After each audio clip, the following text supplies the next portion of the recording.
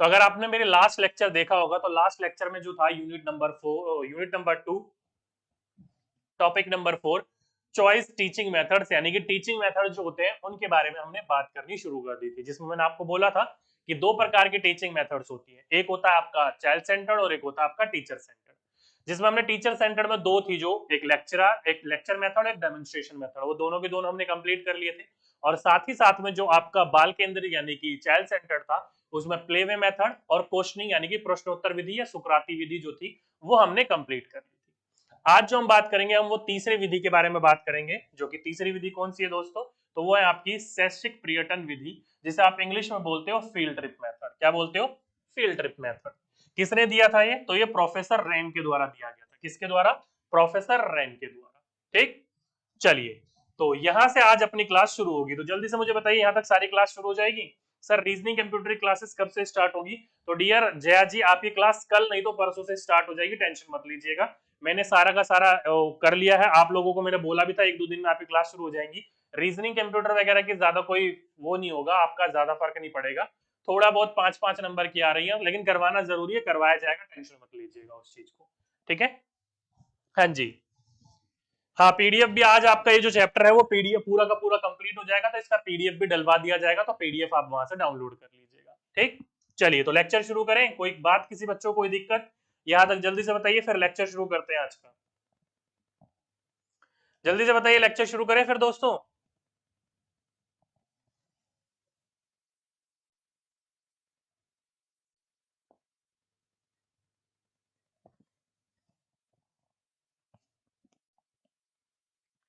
चलिए चलिए चलिए चलिए चलिए फिर चलते हैं अपने आज के लेक्चर के ऊपर। तो आज का जो चाइल्ड सेंटर्ड यानी कि बाल केंद्रित मेथड जो मैं आपको पढ़ा रहा था, उसमें जो आपका तीसरा मेथड आ जाएगा वो शैक्षिक पर्यटन विधि यानी कि फील्ड ट्रिप मेथड आ जाएगा। पूछा जाए किसने दिया है, तो प्रोफेसर रैन के द्वारा ये दिया गया था। और साथ ही साथ में दोस्तों जो हमारे टैगोर यानी कि रविंद्रनाथ टैगोर जी थे, वो भी इस पूरे के पूरे मेथड को क्या करते थे, सपोर्ट करते थे। तो इसलिए टैगोर के अनुसार भ्रमण के द्वारा सीखना जो होता है एक मनोवैज्ञानिक प्रक्रिया है। मनोवैज्ञानिक प्रक्रिया कहने का तात्पर्य क्या है? यहाँ पर कहने का तात्पर्य ये है कि बच्चा जिस तरीके से सीखना चाहता है, जिस लय में सीखना चाहता है, जो कि करके सीखने के ऊपर डिपेंड करता है, तो बच्चा अपनी क्षमता के अनुसार, अपनी आवश्यकता के अनुसार, अपनी रुचि के अनुसार, सब चीज के अनुसार ये करवाना को क्या कर लेता है, शुरू कर देता है। तो इसलिए टैगोर जी जो थे उन्होंने ब्राह्मण का सीखने के ऊपर क्या कहा था, एक मनोवैज्ञानिक विधि है। क्या है? मनोवैज्ञानिक विधि है। ठीक, सर पीडीएफ निकलवाना चाहे तो कैसे निकलवाएं?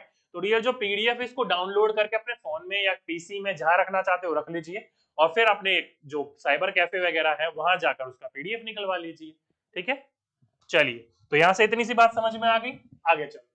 अब बात करी जाए दोस्तों, हर किसी सिक्के के दो पहलू होते, मैंने आपको बताया था। तो ये जो हमारा फील्ड ट्रिप मेथड है इसके भी दो पहलू होंगे, यानी कि इसके भी कुछ गुण होंगे और कुछ दोष होंगे। चलिए तो पहले हम मीठा खा लेते हैं, यानी कि गुणों के बारे में बात करते हैं। गुणों की बात करी जाए दोस्तों तो ये विधि जो है क्या है, बाल केंद्रित विधि है। क्या है? चाइल्ड सेंटर्ड एजुकेशन है, क्योंकि हम सारे के सारे क्या पढ़ रहे हैं, बाल विधि ही पढ़ रहे हैं। बाल विधि कहने का मतलब क्या है? जिसमें बच्चों की सारी चीजों का ध्यान में रखते हुए शिक्षा दी जाती है, उसे हम बाल केंद्रित कहते हैं। ठीक है, चाहे वो आवश्यकता हो, रुचि हो, क्षमता हो, योग्यता हो, अयोग्यता हो, सभी चीजों का जिसमें ध्यान रखा जाता है, जिस तरीके से बच्चा सीखना चाहता है उसी तरीके से हम सिखाते हैं। तो ये विधि क्या है? तो ये हमारी विधि जो है वो बाल केंद्रित विधि है। अगला बिंदु, ये विधि जो है मनोवैज्ञानिक विधि है, साइकोलॉजिकल मेथड है। साइकोलॉजिकल मेथड क्या होता है? तो वही वाली बात है, इस सारी की सारी विधि के अंतर्गत करके सीखने के ऊपर डिपेंड करता है। बच्चे अपने अप्रत्यक्ष रूप से अनुभव लेकर सारी की सारी चीज के सीखने का प्रयास कर रहा होता है। तो इसलिए इसको क्या कहा जाता है, ये बाल मनोवैज्ञानिक विधि के साथ साथ मनोवैज्ञानिक विधि यानी कि साइकोलॉजिकल मेथड भी है। ठीक, साथ ही साथ में आनंद में है। क्यों? क्योंकि सीधी सीधी सी बात है, आपको जहां पर भी आपको जो भी सिखाया जाएगा, मान लीजिए आपको एनिमल पढ़ाया जा रहा है, तो एनिमल पढ़ाने के बाद आपको जू में ले जाया गया या पास वाले पार्क में ले जाया गया, तो सीधी सीधी सी बात है ना, आप जो भी आपने पढ़ा अब उसको आप वास्तविक रूप में देख रहे हो, और जब देखोगे तो सीधी सीधी सी बात क्या है, सिखाए मतलब पढ़ाई के साथ साथ आनंद भी आ रहा है। तो इसलिए विधि क्या कहलाती है, तो डिलाइटफुल यानी कि आनंदमय अधिगम कहलाता है। आनंदमय अधिगम सपोर्ट के ऊपर ये निर्भर करता है। ठीक है, इंपॉर्टेंट है, ध्यान रखिएगा इस बात को। ठीक, आगे चलें तो धीमी गति से सीखने वालों को लिए ये क्या होता है, लाभदायक होता है। आप सही बच्चों को पता है, आपकी क्लास के अंतर्गत अगर 30 बच्चे हैं तो 30 के 30 बच्चे एक जैसे तो होंगे नहीं, कुछ बच्चे जल्दी सीखेंगे, कुछ बच्चे देरी से सीखेंगे और कुछ बच्चे बिल्कुल ही लो एवरेज के होंगे। तो इसलिए उन बच्चों के लिए बहुत बेनिफिशियल होता है जो कि धीरे धीरे चीजों को सीखते हैं। क्यों? क्योंकि इसके अंतर्गत सारी की सारी चीजें वास्तविक रूप से प्रत्यक्ष रूप से अनुभव करके सिखाई जाती है और साथ ही साथ में इसमें समय बहुत लगता है। तो इसलिए जो है धीरे धीरे सीखने के ऊपर डिपेंड करता है। इसलिए जो बच्चा धीरे धीरे सीख सकता है या धीरे धीरे सीखता हो तो उसके लिए बहुत ही बेनिफिशियल होता है। ठीक है, एक बच्चा बोल रहा है सर पीडीएफ मिलता कैसे है? तो डियर ये जो वीडियो चल रही है इसके नीचे भी आपको एक पीडीएफ डाउनलोड करने का ऑप्शन आ जाता है, वहां से आप इसको डाउनलोड कर लीजिएगा और डायरेक्टली अपने फोन में, लैपटॉप में, किसी में भी आपको इसको रख सकते हो। ठीक, चलिए आगे चलें। तो देखिए दोस्तों, ये जो विधि है वो मेल मिलाप वाली विधि है। क्यों? क्योंकि जब आप भ्रमण पे ले जाते हो तो एक ग्रुप बनता है, ग्रुप बनता है तो आपस में वार्तालाप क्या होता है, वाच विचार होते हैं, मिलना जुलना होता है, आपस में एक दूसरे को समझना होता है। तो इसलिए ये विधि जो कहलाती है वो मेल मिलाप वाली विधि कहलाती है। क्या कहलाती है? मेल मिलाप वाली विधि कहलाती है। ओके, इसलिए इंपॉर्टेंट है, पूछा जाएगा आपसे तो आपको इस चीज के बारे में पता होना चाहिए। ठीक, आगे चलते हैं, बात करते हैं इस विधि के दोष के बारे में, यानी कि डिसएडवांटेजेस के बारे में। क्या है ये विधि? तो सबसे इंपॉर्टेंट ये महंगी विधि है। क्या है? महंगी विधि है। क्यों? क्योंकि सीधी सी बात है भाई, जब जो भी चीज आप किताब पर पढ़ा रहे थे आप उसको वास्तविक जगत में दिखाने के लिए ले जाओगे, जैसे कि मान लो जू ले गए, किसी ऐतिहासिक जगह ले गए, तो वहां पर जाने का, आने का, रहने का, खाने का ये खर्चा तो होगा ना। तो इसलिए विधि क्या कहलाती है? महंगी विधि कहलाती है। और महंगी विधि के साथ साथ दोस्तों ये विधि जो है इसमें क्या लगता है? समय अधिक लगता है। क्या लगता है? समय भी अधिक लगता है। क्या लगता है? समय भी अधिक लगता है। क्यों? क्योंकि सीधी सीधी बात है, इसमें समय जो होता है बहुत ज्यादा बर्बाद होता है। एक दिन के अंतर्गत एक ही चीज आप उसे सिखा पाओगे भ्रमण के बारे में। इसलिए जो कहा जाता है इसमें जो टाइम होता है मैनेज करना वो थोड़ा सा भारी पड़ जाता है, टाइम अधिक रहता है। और टाइम अधिक लगने की वजह से ही आपका जो भी शिक्षण कार्य क्या होता है, जो कंप्लीट होना था समय पर वो समय पर कंप्लीट नहीं हो पाता है। इस वजह से शिक्षण कार्य में भी क्या आती है? रुकावटें आती है। क्या आती है? रुकावटें आती है। जहां आप एक टॉपिक जो था, जैसे कि फॉर एग्जांपल के रूप में प्लांट्स वाला टॉपिक था जो कि मैंने अभी अभी आपको एग्जांपल दिया, ठीक है, पौधे वाला टॉपिक था। अभी जो पौधे वाला टॉपिक था ये आप एक दिन में या फिर आधे पीरियड में भी खत्म कर सकते थे, लेकिन अब आप इसको कहां ले गए? उसको रियल लाइफ मतलब किसी जू में ले गए या फिर पास वाले किसी पार्क में ले गए, तो वहां पर आपका समय भी लगेगा और बाकी और चीज के एक्सपेंसेस भी लगेंगे। इसलिए समय पर आपका जो शिक्षण कार्य होता है वो समाप्त नहीं हो पाता है, रुकावटें आती हैं उसमें। ठीक, तो ये थे दोस्तों इसके गुण और वो थे उसके दोष। तो जल्दी से मुझे बताइए, जल्दी से, कि ये आपके गुण और दोष समझ में आया कि नहीं आया? बच्चा कह रहा है सर डाउनलोड तो हो जाता है लेकिन निकलवाएं कैसे? अरे डियर, जो डाउनलोड हो रहा है वो डाउनलोड कहाँ हो रहा है? आपके फोन में, आपके लैपटॉप के जो डाउनलोड मैनेजर होता है उसमें जाके डाउनलोड होता है। तो वहां पर जाकर देखियो पीडीएफ कहाँ पर है। आपने सेव जब करते हो कहीं तो सेव करी होगी ना आपने, तो सेव कहाँ करी है वहां देखिए। यार आप सेव कहाँ हो रही है आपके फोन में मुझे थोड़ी पता होगा, आपको ही पता होगा ना वो। ठीक, चलिए जल्दी से मुझे बताइए समझ में आया कि नहीं आया यहाँ तक?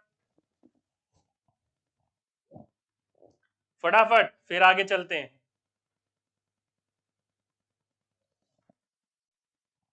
आज ये टीचिंग मेथड वाला टॉपिक खत्म करना है भाई, भले ही टॉपिक बहुत बड़ा हो लेकिन खत्म करना है फटाफट। चलिए बहुत अच्छी बात है, आगे चलते हैं। आगे चलें तो नेक्स्ट आ जाता है मेथड दोस्तों आपका विश्लेषण विधि, यानी कि एनालिसिस या एनालिटिकल, कुछ भी बोल सकते हो आप इसको। ठीक है, तो क्या आ जाता है नेक्स्ट विधि? विधि नंबर 4 विश्लेषण विधि या फिर एनालिसिस विधि या फिर एनालिटिकल विधि। ठीक है, मेथड। अब बात करी जाए इस विधि का अर्थ क्या है, तो ध्यान रखिएगा किसी भी पूर्ण समस्याओं को, क्या बोला मैंने आपको? किसी भी पूर्ण समस्याओं को छोटे छोटे भागों में बांटकर, छोटे छोटे टुकड़ों में करके उसका अध्ययन करा जाता है, उसी को ही हम विश्लेषण या फिर एनालिसिस या फिर एनालिटिकल मेथड बोलते हैं। मानकर चलिए आप अपने कभी भी किसी भी एग्जाम को उठाकर, मतलब बुक्स को उठाकर देख लो, फॉर एग्जांपल के रूप में एनसीईआरटी उठाकर देख लीजिए। एनसीईआरटी बुक में जो भी आपकी किताब के अंतर्गत आपको पढ़ाया जाता है, मान लो एसएसटी में किसी भी प्रकार का एक टॉपिक उठा लो जिसमें आपको कोई सिखाया जा रहा है, कुछ ज्ञान दिया जा रहा है आपको, वो एक टॉपिक में नहीं होगा, आधा क्लास 6 में होगा, थोड़ा बहुत क्लास 7 में होगा और फिर थोड़ा बहुत क्लास 8 में होगा। तो टुकड़ों में आपको जो भी दिया जा रहा है, सिखाया जा रहा है, ज्ञान टुकड़ों में दिया जा रहा है। ठीक है। तो एक संपूर्ण ज्ञान को छोटे छोटे हिस्सों में दिया जाता है, एक संपूर्ण ज्ञान को छोटे छोटे टुकड़ों में बांटकर समझने को ही क्या कहा जाता है, विश्लेषण यानी कि एनालिटिकल कहा जाता है। मान लीजिएगा आपको कोई चीज समझाई जा रही है, जैसे कि मैं आपको एक टीचिंग मेथड समझा रहा हूं, तो टीचिंग मेथड आपको मैंने कल बताया कि दो प्रकार की होती है, एक प्ले आपका चाइल्ड सेंटर्ड और एक टीचर सेंटर्ड। जिसमें हमने टीचर सेंटर्ड हमने कल पढ़ लिया था और अब मतलब लास्ट लेक्चर में पढ़ लिया था, और अब बाकी जो बचा हुआ था हमने थोड़ा बहुत वो हमने पढ़ लिया था चाइल्ड सेंटर्ड का। बाकी बचा हुआ मैंने आपको बोला था आज अपना जो टॉपिक काफी बड़ा है, एक बार में नहीं कर पाएंगे तो नेक्स्ट क्लास में करेंगे। तो हम उसे छोटे छोटे टुकड़ों टुकड़ों में पढ़ने की कोशिश कर रहे थे कि एक बार में बर्डन भी ना आए और चीजें आपको धीरे धीरे अच्छी तरीके से समझ भी आ जाए। तो इसलिए किसी भी एक पूर्ण समस्या को अगर उसके आपके छोटे छोटे टुकड़े करके उसको आप समझने का या फिर सीखने का प्रयास कर रहे हो, उसी को हम क्या कहते हैं, एनालिसिस या एनालिटिकल या फिर विश्लेषण कहते हैं। ठीक, अब बात करी जाए इसके अंतर्गत जिस प्रकार के शिक्षण सूत्र यानी कि टीचिंग मैक्सिमस का इस्तेमाल होता है। देखो दोस्तों, टीचिंग मेथड अलग है और टीचिंग मैक्सिमस यानी कि शिक्षण सूत्र अलग है। ठीक, तो इसमें जिस प्रकार के शिक्षण सूत्रों का इस्तेमाल होता है वो दो प्रकार के होता है। एक होता है दोस्तों पूर्ण से अंश की ओर, और एक होता है आपका अज्ञात से ज्ञात। अब कई बच्चे कहेंगे सर ये तो छोटे बच्चों के लिए हम विधि इस्तेमाल करते ही नहीं। बिल्कुल दोस्तों, ये छोटे बच्चों के लिए हम विधि इस्तेमाल नहीं करते, ये बड़ों के लिए इस्तेमाल करते हैं। हम जब भी बच्चों को सिखाते हैं वो ज्ञात से अज्ञात की ओर सिखाते हैं और अंश से पूर्ण की ओर सिखाते हैं। लेकिन ये जो विश्लेषण विधि है इसमें इन सूत्रों का इस्तेमाल किया जाता है। ठीक है, दोनों चीज अलग है, दोनों चीज समझने की बात है। हम इनके द्वारा बच्चों को छोटे छोटे टुकड़ों में ज्ञान देने का प्रयास करते हैं, लेकिन इन छोटे छोटे टुकड़ों के अंदर को जो ज्ञान देने का प्रयास कर रहे हैं उसमें इन शिक्षण सूत्रों का इस्तेमाल हो रहा है। ठीक है, इंपॉर्टेंट है, ध्यान रखिएगा, पूछा जाएगा आपसे तो आपको इस चीज के बारे में पता होना चाहिए। अब देखो दोस्तों, ये पूर्ण से अंश की ओर और अज्ञात से ज्ञात की ओर आखिर है क्या, समझने का प्रयास करिए। देखो दोस्तों, पूर्ण मतलब पूरा और अंश मतलब छोटे छोटे टुकड़ों में। तो देखो दोस्तों, पूर्ण ज्ञान को यानी कि पूरे पूरे ज्ञान को छोटे छोटे टुकड़ों में बांट कर दिया जाता है, तो इसलिए इसको कहा जाता है पूर्ण से अंश की ओर। कहने का मतलब है जब आप किसी बच्चे को एक पूरा का पूरा ज्ञान देकर फिर उसके छोटे छोटे टुकड़ों में ज्ञान दे रहे होते हो, जैसे कि आप अपने छोटे बच्चों की क्लास की कक्षाओं की बात याद रखिए। जब भी आप बच्चा इस दुनिया के अंतर्गत आया था, आपने उसको इंग्लिश सिखानी शुरू करी थी, तो इंग्लिश क्या उसको मैंने एक ही बार में आपने हॉल में सिखाना शुरू कर दिया था? नहीं, पहले आपने उसे बताया ए, फिर बी, फिर सी, फिर डी, ईटीसी, ऐसे करके सिखाया। आपने उसे छोटे छोटे टुकड़ों में सिखाया। फिर उसने फिर बताया ए, जो आपका एप्पल होता है वो APPLE से मिलकर बनता है एप्पल। फिर उसने आपको बताया ये 1 एप्पल है, ये 2 एप्पल है, 3 एप्पल है। फिर आप उसको धीरे धीरे और सेंटेंसेस के साथ जोड़ते हुए चले जाते हो। तो छोटे छोटे टुकड़ों के साथ आप पूर्ण रूप में सिखाने का प्रयास कर रहे हो। तो एक पूर्ण रूप को छोटे छोटे टुकड़ों में समझाया गया, सिखाया गया, तो उसी को हम कहते हैं पूर्ण से अंश की ओर, होल टू पार्ट। ओके, वहीं पर ही अज्ञात से ज्ञात की ओर क्या होता है, known to unknown, unknown to known क्या होता है। तो ध्यान रखिएगा, जब भी ऐसा ज्ञान आप बच्चे को पहले सिखा रहे हो जो बच्चे के लिए अज्ञात हो, मतलब बच्चा उस चीज को जानता नहीं हो, और धीरे धीरे आप उस ज्ञान की तरफ ले जा रहे हो जो बच्चा उसको जानता हो, उसे हम कहते हैं ज्ञात। अज्ञात मतलब हमें कुछ पता नहीं उसके बारे में, ज्ञात मतलब जिसे हमें उस चीज के बारे में पूरा का पूरा पता हो। तो इस विधि के द्वारा, मतलब इस सूत्र के द्वारा बच्चे को पहले वो चीज सिखाई जाती है जो उसे आती नहीं हो, अज्ञात हो, और फिर धीरे धीरे उसको उस तरफ ले जाया जाता है जो उसे आती हो, ज्ञात हो। उसी को हम कहते हैं अज्ञात से ज्ञात की ओर। ठीक, तो अगर आपसे पूछा जाएगा कि विश्लेषण विधि के अंतर्गत किन सूत्रों का इस्तेमाल किया जाता है, तो इन सूत्रों का इस्तेमाल किया जाता है। ठीक, समझ गए सही बच्चे?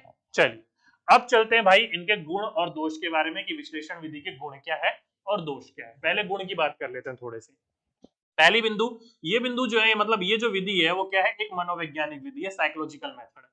कहने का मतलब यहाँ पर यही है कि इस विधि के अंतर्गत भी बच्चों को छोटे छोटे टुकड़ों में जो सिखाया जाता है वो बच्चों को समझाया, सिखाया और बतलाया जाता है सारी की सारी चीजें।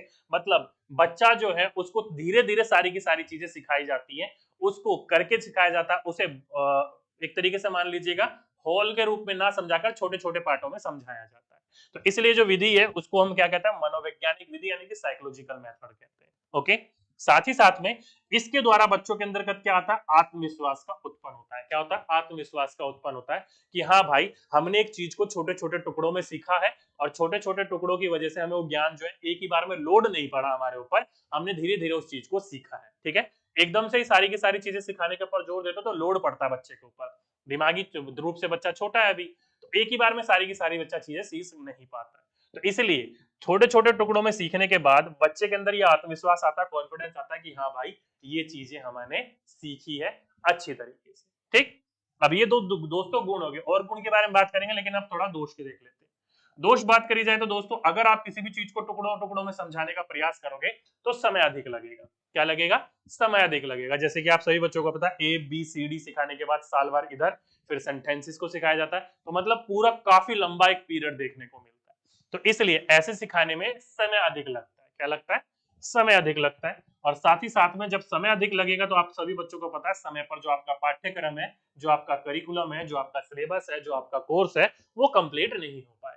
ठीक है, तो ध्यान रखिएगा, इस प्रकार की विधि के अंतर्गत समय अधिक लगता है, और जब समय अधिक लगेगा तो सीधी सी बात है, आपका कोर्स जो है समय पर खर्च खत्म नहीं हो पाएगा। ठीक, चलिए आगे चलते, आगे चलें तो दोस्तों ये जो विधि है ना, वो विद्यार्थियों में तर्क, संस्मरण, निर्णय शक्ति का विकास करती है। कहने का मतलब है बच्चों के अंदर लॉजिकल थिंकिंग, साथ ही साथ में मेमोरी रिटेंशन पावर, और साथ ही साथ में जो बच्चे का डिस्कशन पावर होता है, उन चीजों में बढ़ोतरी करता है। क्यों? क्योंकि सीधी सी बात है, चीजों को हम छोटे छोटे टुकड़ों में बांट रहे हैं। जब छोटे छोटे टुकड़ों में बांट रहे हैं तो छोटी छोटी बच्चों को चीजों को सिखा रहे हैं। अब बच्चा जब छोटी छोटी चीजों को सीखेगा तो उसका मेंटली रूप से थोड़ा सा विकास होगा। क्यों? क्योंकि चीजों को बच्चा एकदम से लोड नहीं ले रहा है।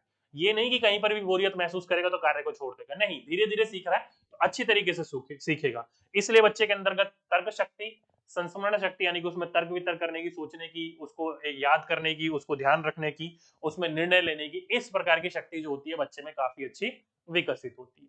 ठीक, साथ ही साथ में सीखा हुआ जो ज्ञान होता है बच्चे का, वो क्या रहता है? स्थायी रहता है, परमानेंट रहता है। ये नहीं कि बच्चा एकदम से उस चीज को स्किप कर जाएगा, भूल जाएगा, नहीं, धीरे धीरे हमने बच्चे ने सीखा है, एक दूसरे के साथ कोरिलेट करवाते हुए, चलते हुए, सिखाते हुए चले हैं, तो ये जो ज्ञान होगा वो लंबे समय तक उसके पास बना रहेगा।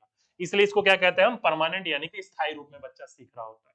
जैसे कि एबीसीडी आज भी आप लोगों को याद होगी, भले ही बीच में मिस कर जाते हो लेकिन याद जरूर होगी। ठीक है, साथ ही साथ में यह करके सीखने के सिद्धांत पर आधारित है, जो कि मैं आपको पहले ही बता रहा था। इस विधि के अंतर्गत जो भी सिखाया जाता है बच्चों को करके सिखाया जाता है। बच्चा खुद उस चीज को करने की प्रयास करता है, खुद करता है, जिस अनुसार भी कर सके, जितना कर सके, लेकिन करता खुद ही है, वो एक्टिव रूप से सीख रहा होता है। इसलिए ये विधि जो होती है किसके ऊपर बेस्ड होती है? तो वो लर्निंग बाय डूइंग के प्रिंसिपल के ऊपर बेस्ड होता है। ओके, इंपॉर्टेंट है, ध्यान रखिएगा, पूछा जाएगा आपसे तो आपको इस चीज के बारे में पता होना चाहिए। चलिए, तो ये तो हो गए दोस्तों इसके गुण। अब बात कर लेते हैं दोष। जैसे कि मैंने अभी अभी आपको बताया था, इसमें समय अधिक लगता है। समय अधिक लगेगा तो समय पर आपका जो करिकुलम होगा, जो कोर्स होगा, वो कंप्लीट नहीं हो पाएगा। अब जब कोर्स कंप्लीट नहीं होगा तो आप सही बच्चों को पता है काफी चीजों को देखना पड़ेगा। ठीक है, अब देखो दोस्तों, टुकड़ों में हम धीरे धीरे से बांट कर सिखा रहे हैं तो समय लग रहा है। समय के साथ साथ ये विधि जो है वो महंगी भी है। क्यों है? क्योंकि हर चीज को टुकड़ों में समझाना है, टुकड़ों में करके दिखाना, सीधी सीधी सी बात है, समय लगेगा। और समय के साथ आप सभी बच्चों को पता है समय बड़ा मूल्यवान होता है, और समय का जो कीमत होती है वो सबसे ज्यादा होती है। और उसके साथ साथ जो आपके एक्सपेंसेस लग रहे होंगे वो भी आपके डेली प्रतिदिन में देखने को मिलेंगे। तो इसलिए विधि क्या लगेगी आपको? महंगी लगेगी। और साथ ही साथ में ये विधि जो है लंबे समय तक देखने को मिलती है, इसलिए बच्चे के अंदर क्या आ जाती है? बोरियत महसूस करने लग जाता है, नींद अवस्था आने लग जाती है, मतलब एक तरीके से उस चीज से उबाने लग जाता है बच्चा। बोरियत, एक ही बार काम को बार बार करोगे, टुकड़ों में करोगे तो बोरियत महसूस होने लग जाएगी ना आप लोगों को। तो इसमें बच्चा जो है वो बोर होना शुरू कर देता है, एक तरीके से उबाना शुरू कर देता है बच्चा। ठीक है, तो पूछा जाएगा आपसे तो आपको इस चीज के बारे में पता होना चाहिए। गुण है तो दोष भी है। ओके, चलिए जल्दी से बताइए, दोनों के दोनों आप समझ गए? जल्दी से बताइए, गुण और दोष दोनों के दोनों समझ गए इसके, फिर आगे चलें फटाफट दोस्तों। इसके गुण और दोष दोनों समझ गए?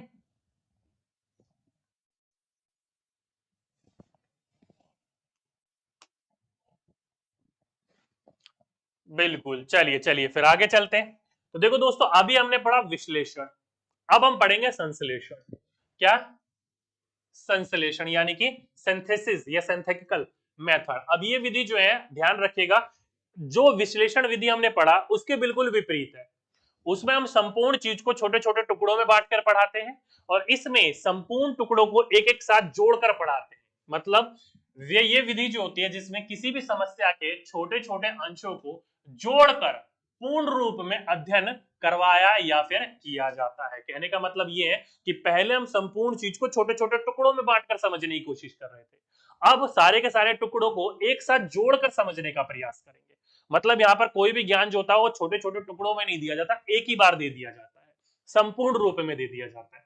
तो संश्लेषण विधि जो होता है वो विश्लेषण के बिल्कुल विपरीत है। उसमें छोटे छोटे टुकड़ों में ज्ञान समझाया जाता है, इसमें पूर्ण रूप से अध्ययन करवाया जाता है, सिखाया जाता है, समझाया जाता है। ठीक, अब इसकी बात करी जाए तो इसमें कौन कौन से शिक्षण सूत्र इस्तेमाल करने जाते हैं? तो इसमें जो शिक्षण सूत्र इस्तेमाल करे जाते हैं, जो उसमें करे जाते हैं उसके विपरीत इसमें करे जाते हैं ज्ञात से अज्ञात की ओर। उसमें क्या करा जा रहा था? अज्ञात से ज्ञात की ओर करा जा रहा था। इसमें आपका ज्ञात से अज्ञात की ओर करवाया जाएगा, मतलब वो चीज करवाई जाएगी आपको पहले जो आपको आती हो, और फिर उस तरफ ले जाया जाएगा आपको जो चीज आपको नहीं आती हो। तो इस शिक्षण के सूत्र के द्वारा आप बच्चों के अंदर रुचि ज्यादा जागृत कर सकते हो। ठीक है, साथ ही साथ में आगे चलोगे तो अंश से पूर्ण की ओर, मतलब पहले जो चीजें होंगी वो छोटे छोटे रूप में सिखाई जा रही थी, तो छोटे छोटे रूप से पूर्ण की ओर ले जाया जाएगा, छोटे छोटे रूप से पूर्ण की ओर ले जाया जाएगा। इसलिए इसके अंतर्गत जो है ज्ञात से अज्ञात की ओर और अंश से पूर्ण की ओर आपको इस्तेमाल किया जाता है। तो अगली बार आपसे पूछा जाएगा कि संश्लेषण विधि के अंतर्गत किस विधि का इस्तेमाल किया जाता है, तो ज्ञात से अज्ञात की ओर और अंश से पूर्ण की ओर इसी सूत्र को इस विधि के अंतर्गत इस्तेमाल किया जाता है। ठीक, बात करते हैं इनके गुणों और दोषों के बारे में। गुण की बात करी जाए दोस्तों तो ये क्या है, एक मनोवैज्ञानिक विधि है जो कि बाल केंद्रित विधि है, तो मनोवैज्ञानिक विधि तो हो गई क्योंकि सीधी सीधी सी बात है, बच्चों का हम इसमें ध्यान रखते हैं। ठीक, साथ ही साथ में इसमें समय की बचत होती है। क्या होती है? इसमें समय की बचत होती है। क्यों? क्योंकि यहाँ पर सारे के सारे ज्ञान को टुकड़ों में नहीं दिया जा रहा, पार्टीशन में नहीं दिया जा रहा, एक ही बार में दे दिया जाता है, तो इसलिए इसमें समय कम लगता है, समय की बचत होती है। क्या लगता है? समय कम लगता है, समय की बचत होती है। ठीक, लेकिन दोस्तों वहीं पर ही जब आप एक साथ सारे के सारे ज्ञान दे दोगे तो दिक्कत वहां पर क्या आएगी बच्चे के अंतर्गत? वो रटना शुरू कर देगा। क्या करना शुरू कर देगा? रटना शुरू कर देगा। तो ये विधि जो होती है वो रट्टू तोते के ऊपर डिपेंड करती है, तो इसमें रटने पर जोर दिया जाता है। ठीक, साथ ही साथ में इस विधि के अंदर जो भी ज्ञान दिया जाता है वो एक संपूर्ण रूप में दिया जाता है, तो ज्ञान जो होता है वो स्थायी नहीं रह जाता, अस्थायी रह जाता है। सारी की सारी चीजें एक ही बार में आ जाती है, लोड पड़ जाता है, जिस वजह से बच्चा जो होता है चीजें भूलना शुरू कर देता है। इस वजह से इस विधि के अंतर्गत जो भी ज्ञान देखने को मिलता है वो अस्थायी रूप से देखने को मिलता है। कैसे देखने को मिलता है? अस्थायी रूप से देखने को मिलता है। ओके, साथ ही साथ में ये जो विधि है वो मंदबुद्धि बच्चों को भी आसानी से सिखाया व समझाया जा सकता है। क्यों? क्योंकि जो मंदबुद्धि बच्चा होता है, आप सभी बच्चों को पता है, टुकड़े टुकड़ों में जब उसे ज्ञान दिया जाता है तो कल का ज्ञान आज, आज का कल ज्ञान पता नहीं, वो मिस करता हुआ जाता है। लेकिन यहाँ पर इसको सारी की सारी चीजें संपूर्ण रूप में सिखाई जा रही होती है, ऐसी चीजें सिखाई जा रही है तो जो बच्चे को पहले आती है और फिर उसको उस तरफ ले जाया जाता है जो उसको नहीं आती है। ऐसी चीजें सिखाई जाती है जो पहले से उसे पता है और फिर धीरे धीरे उसको उस तरफ ले जाया जाता है जो उसे पता नहीं हो। तो इसलिए इस विधि के द्वारा जो है जो मंदबुद्धि बच्चे होते हैं उन मंदबुद्धि बच्चों को भी आराम से सिखाया जा सकता है। ठीक, साथ ही साथ में इस विधि के द्वारा बच्चे के अंतर्गत दिमागी रूप से ना ही तर्क का ना ही चिंतन का किसी भी प्रकार का डेवलप नहीं होता है। मतलब एक चीज उसको बता दी गई, उसने मान लिया और उस चीज को उसने रट लिया, तो इसलिए इसमें तर्क शक्ति और साथ ही साथ में लॉजिकल जिसे आप थिंकिंग बोलते हो और जो आप तर्क वितर्क कर रहे हो, चिंतन कर रहे हो, वो इसके अंतर्गत नहीं होते। जैसे आप एक नाम जानते हो, मेटाकॉग्निशन। मेटाकॉग्निशन क्या होती है? जब आप किसी चीज को सीख रहे होते हो और उस चीज को आपने जब सीख लिया होता है और अपने ही सीखने के ऊपर जब आप संदेह कर रहे होते हो कि यार ये सही है कि नहीं है, और इस तरीके से करेंगे तो होगा कि नहीं होगा, दूसरे तरीके से करेंगे तो होगा कि नहीं होगा, तो उसे मेटाकॉग्निशन कहते हैं। तो इस प्रकार की चीजें इसके अंतर्गत विकसित नहीं होती। ठीक है, उसको समझा दिया, उसे बतला दिया, उसने उसे मान लिया, उसने उसको रट लिया। ठीक, अब जब रट लेगा तो सीधी सीधी सी बात है, आत्मविश्वास की तो कमी देखने को मिलेगी उसके अंतर्गत, तो कॉन्फिडेंस की कमी देखने को मिलती है, लैक ऑफ कॉन्फिडेंस देखने को मिलता है इसके अंतर्गत। ठीक, पूछा जाएगा आपसे तो अगली बार विश्लेषण क्या है, संश्लेषण क्या है, दोनों में सूत्र कैसे इस्तेमाल करे जाते हैं, दोनों के गुण और दोष क्या है, तो आप लोगों को पता होना चाहिए इस चीज के बारे में। तो ये था दोस्तों आज का अपना पांचवा विधि जिसे हम संश्लेषण विधि कहते हैं। क्या कहते हैं? संश्लेषण विधि कहते हैं। चलिए फटाफट बताइए, फिर आगे चलते हैं अगली विधि के ऊपर। किसी भी प्रकार की कोई भी दिक्कत हो भाई तो पूछ लेना बीच में, ये नहीं कि बस आराम से पढ़े जा रहे हो बुत बनकर। ठीक है, चलिए आगे चले।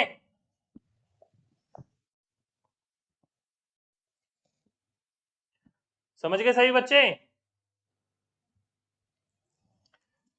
बिल्कुल, yes sir, yes sir, yes sir, yes sir, yes sir, yes sir, yes sir,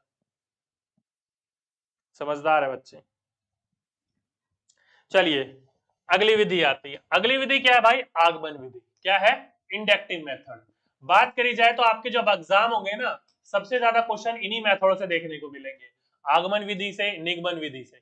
इन्हीं जो इंडक्टिव डिडक्टिव मेथड होते हैं, यही इन्हीं विधियों से सबसे ज्यादा क्वेश्चन आपके एग्जाम में देखने को मिलेंगे। ठीक, बात करी जाए इसके जो जनक थे वो कौन थे, तो फ्रांसिस बेकन एंड पेस्टोलॉजी, ये जो दोनों के दोनों थे इस विधि के क्या माने जाते हैं, जनक माने जाते हैं। क्या माने जाते हैं, जनक माने जाते हैं। ठीक, बात करी जाए ये विधि किसके ऊपर डिपेंड करती है, तो इस विधि में बच्चों को उदाहरण देकर उससे संबंधित नियम बनवाए जाते हैं। कहने का मतलब ये है, अगर आपसे पूछा जाएगा कि निम्नलिखित में से वह विधि कौन सी है जिसमें बच्चे को किसी भी प्रकार की चीजों का उदाहरण दिया जाता है और उसमें से ही उसके नियम निकलवा लिए जाते हैं, तो आगमन विधि का इस्तेमाल कर रहा है। किस विधि का इस्तेमाल कर रहा है, इंडक्टिव मेथड का इस्तेमाल कर रहा है, क्योंकि इसमें किसी भी प्रकार के रटने के ऊपर जोर नहीं दिया जाता, बच्चे के सिखाने के ऊपर, सीखने के ऊपर, लर्निंग के ऊपर जोर दिया जाता है। यहाँ पर जो भी समझाया जा रहा है बच्चों को उदाहरण के माध्यम से समझाया जाता है और उसी उदाहरण के माध्यम से सारी की सारी चीजें उससे निकलवा ली जाती है, यानी कि नियम वगैरह निकलवा लिए जाते हैं।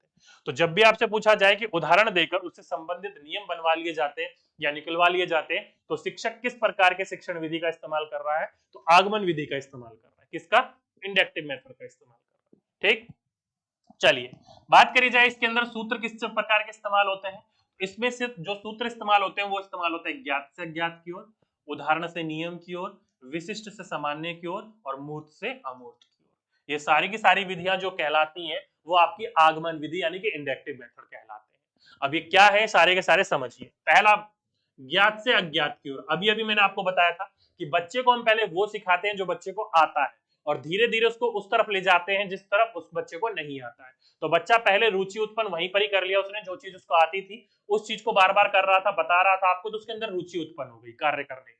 और धीरे धीरे जब उसको नहीं आती उस तरफ ले जाओगे तो काम वो छोड़ेगा नहीं, उसको भी समझने का प्रयास करेगा। इसलिए उसे हम कहते हैं ज्ञात से अज्ञात, यानी कि उसे जो चीज नहीं आती हो, मतलब जो पहले उसे आती हो वो करवाया गया और फिर जो चीज उसे नहीं आती हो वो करवाया गया। ठीक, तो उस विधि में हम किस प्रकार का सूत्र इस्तेमाल कर रहे हैं, ज्ञात से अज्ञात।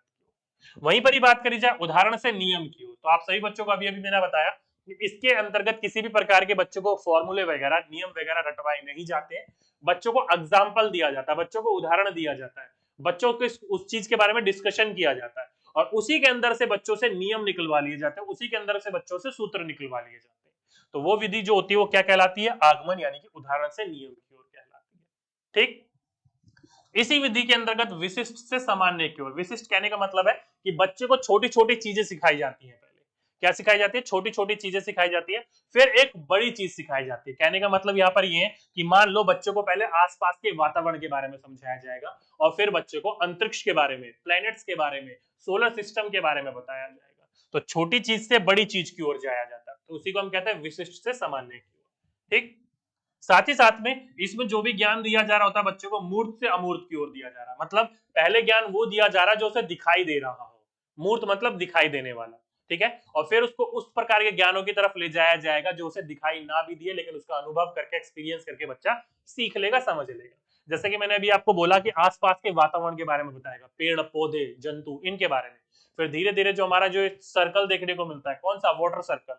आप देखो कि समुद्र का पानी कैसे सूरज गर्म करता है तो वो इवेपोरेट होता, तो दिखता थोड़ी इवेपोरेशन, लेकिन धीरे धीरे बादल बनते हैं, कंडेंसेशन होता है, बारिश होती है, फिर दोबारा वही पानी समुद्र में जाके फिर गर्म होकर मीठे पानी का हमारा सर्कल चल रहा होता है, कुदरती रूप से हमारा आरओ बना हुआ है हमारे भगवान के द्वारा, हमारे सूर्य देवता के द्वारा। ठीक है, तो ऐसी चीजें बच्चों को पहले सिखाने जो बच्चे को आती हो, मूर्त रूप से देख सकता हो उसको, और फिर उसको उस प्रकार के जैसे कि दया, भावना, प्रेम, सहानुभूति, क्रोध, इन चीजों के ऊपर जो महसूस करने वाली चीजें, बुढ़ापा वगैरह महसूस करने वाली चीजें हैं, उन चीजों की तरफ ले जाया जाता है। ठीक है, तो ध्यान रखिएगा, मूर्त से अमूर्त की ओर। पहले वो ज्ञान देना है जो बच्चे को दिखाई देता हो और फिर बच्चे को उस तरफ ले जाना है जो दिखाई नहीं देता हो। इसलिए इस ज्ञान को क्या कहा जाता है, मूर्त से अमूर्त की ओर कहा जाता है। तो अगर इनमें से किसी भी प्रकार के सूत्रों का इस्तेमाल कर रहे हो तो किस प्रकार की चीज का इस्तेमाल कर रहे हो दोस्तों आप लोग, तो ये इस्तेमाल कर रहे हो आप आगमन विधि का। किसका, इंडक्टिव मेथड का। ठीक, अभी जो इंडक्टिव मेथड है, जो आगमन विधि है, इसके कुछ चरण भी है, कुछ स्टेप्स भी हैं। कई बार आपको ये चरण दे देता है और आपको बताता है क्रम में लगाइए इन चरणों को। ठीक, तो सबसे पहला चरण क्या है, तो इसके अंतर्गत सबसे पहला स्टेप आता है बच्चे को उदाहरण देना। क्या करना, एग्जाम्पल्स देना। तो यहाँ पर किसी भी प्रकार की चीजें जब सिखाई समझाई जा रही है तो बच्चों को उदाहरण के द्वारा सिखाया जाता है। मान लीजिए बच्चे को किसी प्रकार के जंतुओं के बारे में बताना है, या मान लीजिए एक मैथ के क्वेश्चन के बारे में बताना है कि a प्लस में b होल स्क्वायर क्यों है, तो बच्चों को डायरेक्टली ए स्क्वायर प्लस में बी स्क्वायर प्लस में 2ab नहीं बता दिया जाता, एग्जाम्पल दिए जाते हैं, उस प्रकार की चीजों का एक एक्सप्लेनेशन दिया जाता है। उदाहरण दिए जाते हैं। तो पहला स्टेप होता है उदाहरण देना, क्या देना, एग्जाम्पल देना। फिर उसका ओवरव्यू करना यानी कि उसका अवलोकन करना। फिर क्या करना, उसका ओवरव्यू करना यानी कि उसका अवलोकन करना, क्यों क्या कैसे किस लिए, उस चीज का अवलोकन करना। ठीक है, फिर जब क्यों क्या कैसे किस लिए जब आप कर लेते हो तो उसी अवलोकन के द्वारा आप उसमें से नियम निकलवा लेते हो, उसी में से आप एक नियम निकालने का प्रयास कर लेते हो। ठीक है, और फिर लास्ट में आप उसकी जांच करते हो, इन्वेस्टिगेशन करते हो कि जो भी चीज आपने निकाली है वो सही है या फिर सही नहीं है।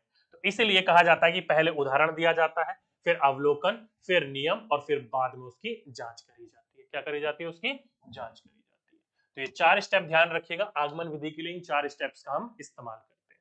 ठीक, अब सही बच्चे समझ गए आगमन विधि क्या है, इसके अंतर्गत सूत्र इस्तेमाल कौन कौन से होता है और इसके स्टेप्स कौन कौन से हैं, चरण कौन कौन से हैं। अब बात कर लेते हैं भाई इन विधि के अंतर्गत गुण क्या है और इन विधियों के अंतर्गत दोष क्या है, क्योंकि गुण दोष तो होंगे ही, सीधी सी बात है। चलिए, तो पहली विधि आ जाती है दोस्तों, ये विधि जो है आपकी विज्ञान, गणित और व्याकरण को, ध्यान रखिएगा, विज्ञान, गणित और व्याकरण को पढ़ाने के लिए बहुत ज्यादा पैमाने पर इस्तेमाल करी जाती है, उनके लिए बड़ी अच्छी मानी जाती है। क्यों, क्योंकि दोस्तों सीधी सी बात है, व्याकरण पढ़ाने के लिए भी नियम चाहिए, मैथ पढ़ाने के लिए भी नियम चाहिए, और साइंस पढ़ाने के लिए तो नियम चाहिए ही चाहिए होते हैं, क्योंकि साइंस के जो प्रवेश द्वार कहलाता है वो गणित ही कहलाता है। आप सही बच्चों को पता होगा इस चीज के बारे में, साइंस में भी बहुत ज्यादा फॉर्मूलों का इस्तेमाल होता है। ठीक है, एक्सपेरिमेंट वगैरह करते हो, केमिकल वगैरह मिक्स करते हो, सारे के सारे मैथमेटिक्स के ऊपर ही डिपेंड होता है। ठीक, इसलिए कहा जाता है कि ये जो विधि है आगमन विधि, इस विधि के द्वारा आप बच्चों को गणित, साइंस यानी कि विज्ञान और व्याकरण बहुत ही अच्छी तरीके से इस चीज से समझा सकते हो, बतला सकते हो, करवा सकते हो। ठीक, साथ ही साथ में ये जो विधि है ना, वो छोटी कक्षाओं के लिए बहुत ही ज्यादा उपयोगी है। किसके लिए, छोटी कक्षाओं के लिए। बड़ी कक्षाओं के लिए भी उपयोगी है, लेकिन बड़ी कक्षाओं के अंतर्गत बच्चे जो होते हैं इन चीजों से जल्दी बोर हो जाते हैं, उनको कम समय में ज्यादा से ज्यादा जानकारी चाहिए होती है। इसलिए ये जो विधि मानी जाती है वो छोटी कक्षाओं के लिए बहुत ही अच्छी मानी जाती है। किसके लिए, छोटी कक्षाओं के लिए बहुत ही अच्छी मानी जाती है। साथ ही साथ में इससे जो बच्चा होता है वो नए नियम खुद निकाल लेता है। क्या कर लेता है, वो जो बच्चा होता है, इन पहले उदाहरण के द्वारा, और उदाहरण के द्वारा अलग अलग प्रकार के नियम निकाले जा सकते हैं और बच्चा इसमें निकालने का प्रयास भी करता है।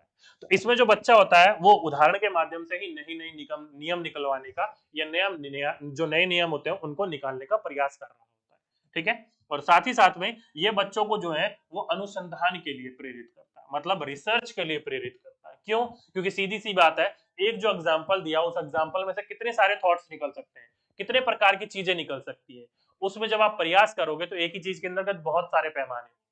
तो इसलिए इस विधि के द्वारा बच्चों को एज ए अनुसंधान या रिसर्च करने के लिए क्या करते हैं, आप मोटिवेट करते हो, प्रेरित करते हो। ठीक, तो ये सारे के सारे जो थे वो क्या थे, इसके गुण थे। अब गुण है तो दोष भी है। क्या है दोष, पहली बात, ये जो होता है बड़ों के लिए उपयोगी नहीं है। क्यों, क्योंकि आप सही बच्चों को पता है समय अधिक लगता है। जो बड़े बच्चे होते हैं, बड़े लोग होते हैं, वो कम समय में ज्यादा से ज्यादा जानकारी लेने का प्रयास कर रहे होते हैं। फॉर एग्जाम्पल के रूप में आप अपना ही एक एग्जाम्पल ले लो। मैंने आप लोगों को कई बार देखा, जब आपको मैं डिटेल में पढ़ा रहा होता हूँ ना चीजें, तो कुछ बच्चे पढ़ते हैं और कुछ बच्चे, ज्यादातर बच्चे बोर होने शुरू हो जाते हैं। क्यों, अरे यार वो चीज बता दो ना जो एग्जाम में आनी है, छूटते ही बच्चा बोलता है।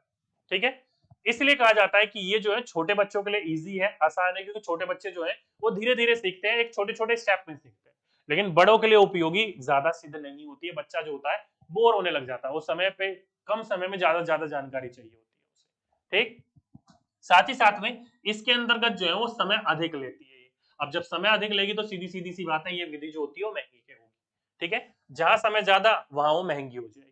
ठीक, तो इसलिए इस विधि के अंतर्गत समय अधिक लगता है, क्योंकि उदाहरण के द्वारा नियम निकलवाए जाते हैं, और जब बच्चा नियम निकालेगा तो सीधी सीधी सी बात है वो रिसर्च करा, रिसर्च में टाइम तो लगेगा ही लगेगा। तो इसलिए समय अधिक लेती है और साथ ही साथ में ये विधि महंगी कहलाती है। और जब समय अधिक लेगी और महंगी कहलाएगी तो सीधी सीधी सी बात है, जो पूरा पाठ्यक्रम है आपका, जो सिलेबस है, वो समय पर नहीं पूरा हो सकता, उसको आपको नहीं पढ़वाया जा सकता, कंप्लीट नहीं करवाया जा सकता। तो इसलिए आपका जो करिकुलम होता है, जो कोर्स होता है, वो समय पर समाप्त नहीं हो पाता। और साथ ही साथ में जो बच्चा रिसर्च कर रहा है यहाँ पर, यदि बालक इसमें अशुद्ध रिसर्च कर लेता है, अशुद्ध अनुसंधान निकाल लेता है, अशुद्ध सिद्धांत निकाल लेता है, तो उसे पूर्ण रूप से शुद्ध करना कठिन हो जाता है। मान लीजिए किसी बच्चे ने एक तर्क संगत करके हल्का सा एक फॉर्मूला निकाल लिया और आधा टेढ़ा करके सिद्ध कर दिया कि इसके द्वारा हो रहा है ये, तो एक अशुद्ध उसने फॉर्मूला बना लिया। वो जो अशुद्ध फॉर्मूला बना लेगा ना, उसको दोबारा शुद्ध करना एक भारी काम पड़ जाता है, उसमें और ज्यादा समय लग जाता है। तो इसलिए कहा जाता है अगर किसी बच्चे ने यहाँ पर किसी भी प्रकार का इंप्रूव, कहने का मतलब है जो अपना फॉर्मूला निकाल रहा है, जो अपना प्रिंसिपल निकाल रहा है, जो अपना वो सिद्धांत निकाल रहा है, अगर उसने वो गलत निकाल लिया, अशुद्ध निकाल लिया, इम्प्योर निकाल लिया, तो उसको दोबारा शुद्ध करना एक भारी काम हो जाएगा और ज्यादा समय लग जाएगा, उसको ठीक नहीं करवाया जा पाएगा। ठीक है, तो इसलिए इसको क्या कहा जाता है, दोष कहा जाता है। तो ये कुछ आपके गुण थे और ये कुछ आपके दोष थे आगमन विधि के।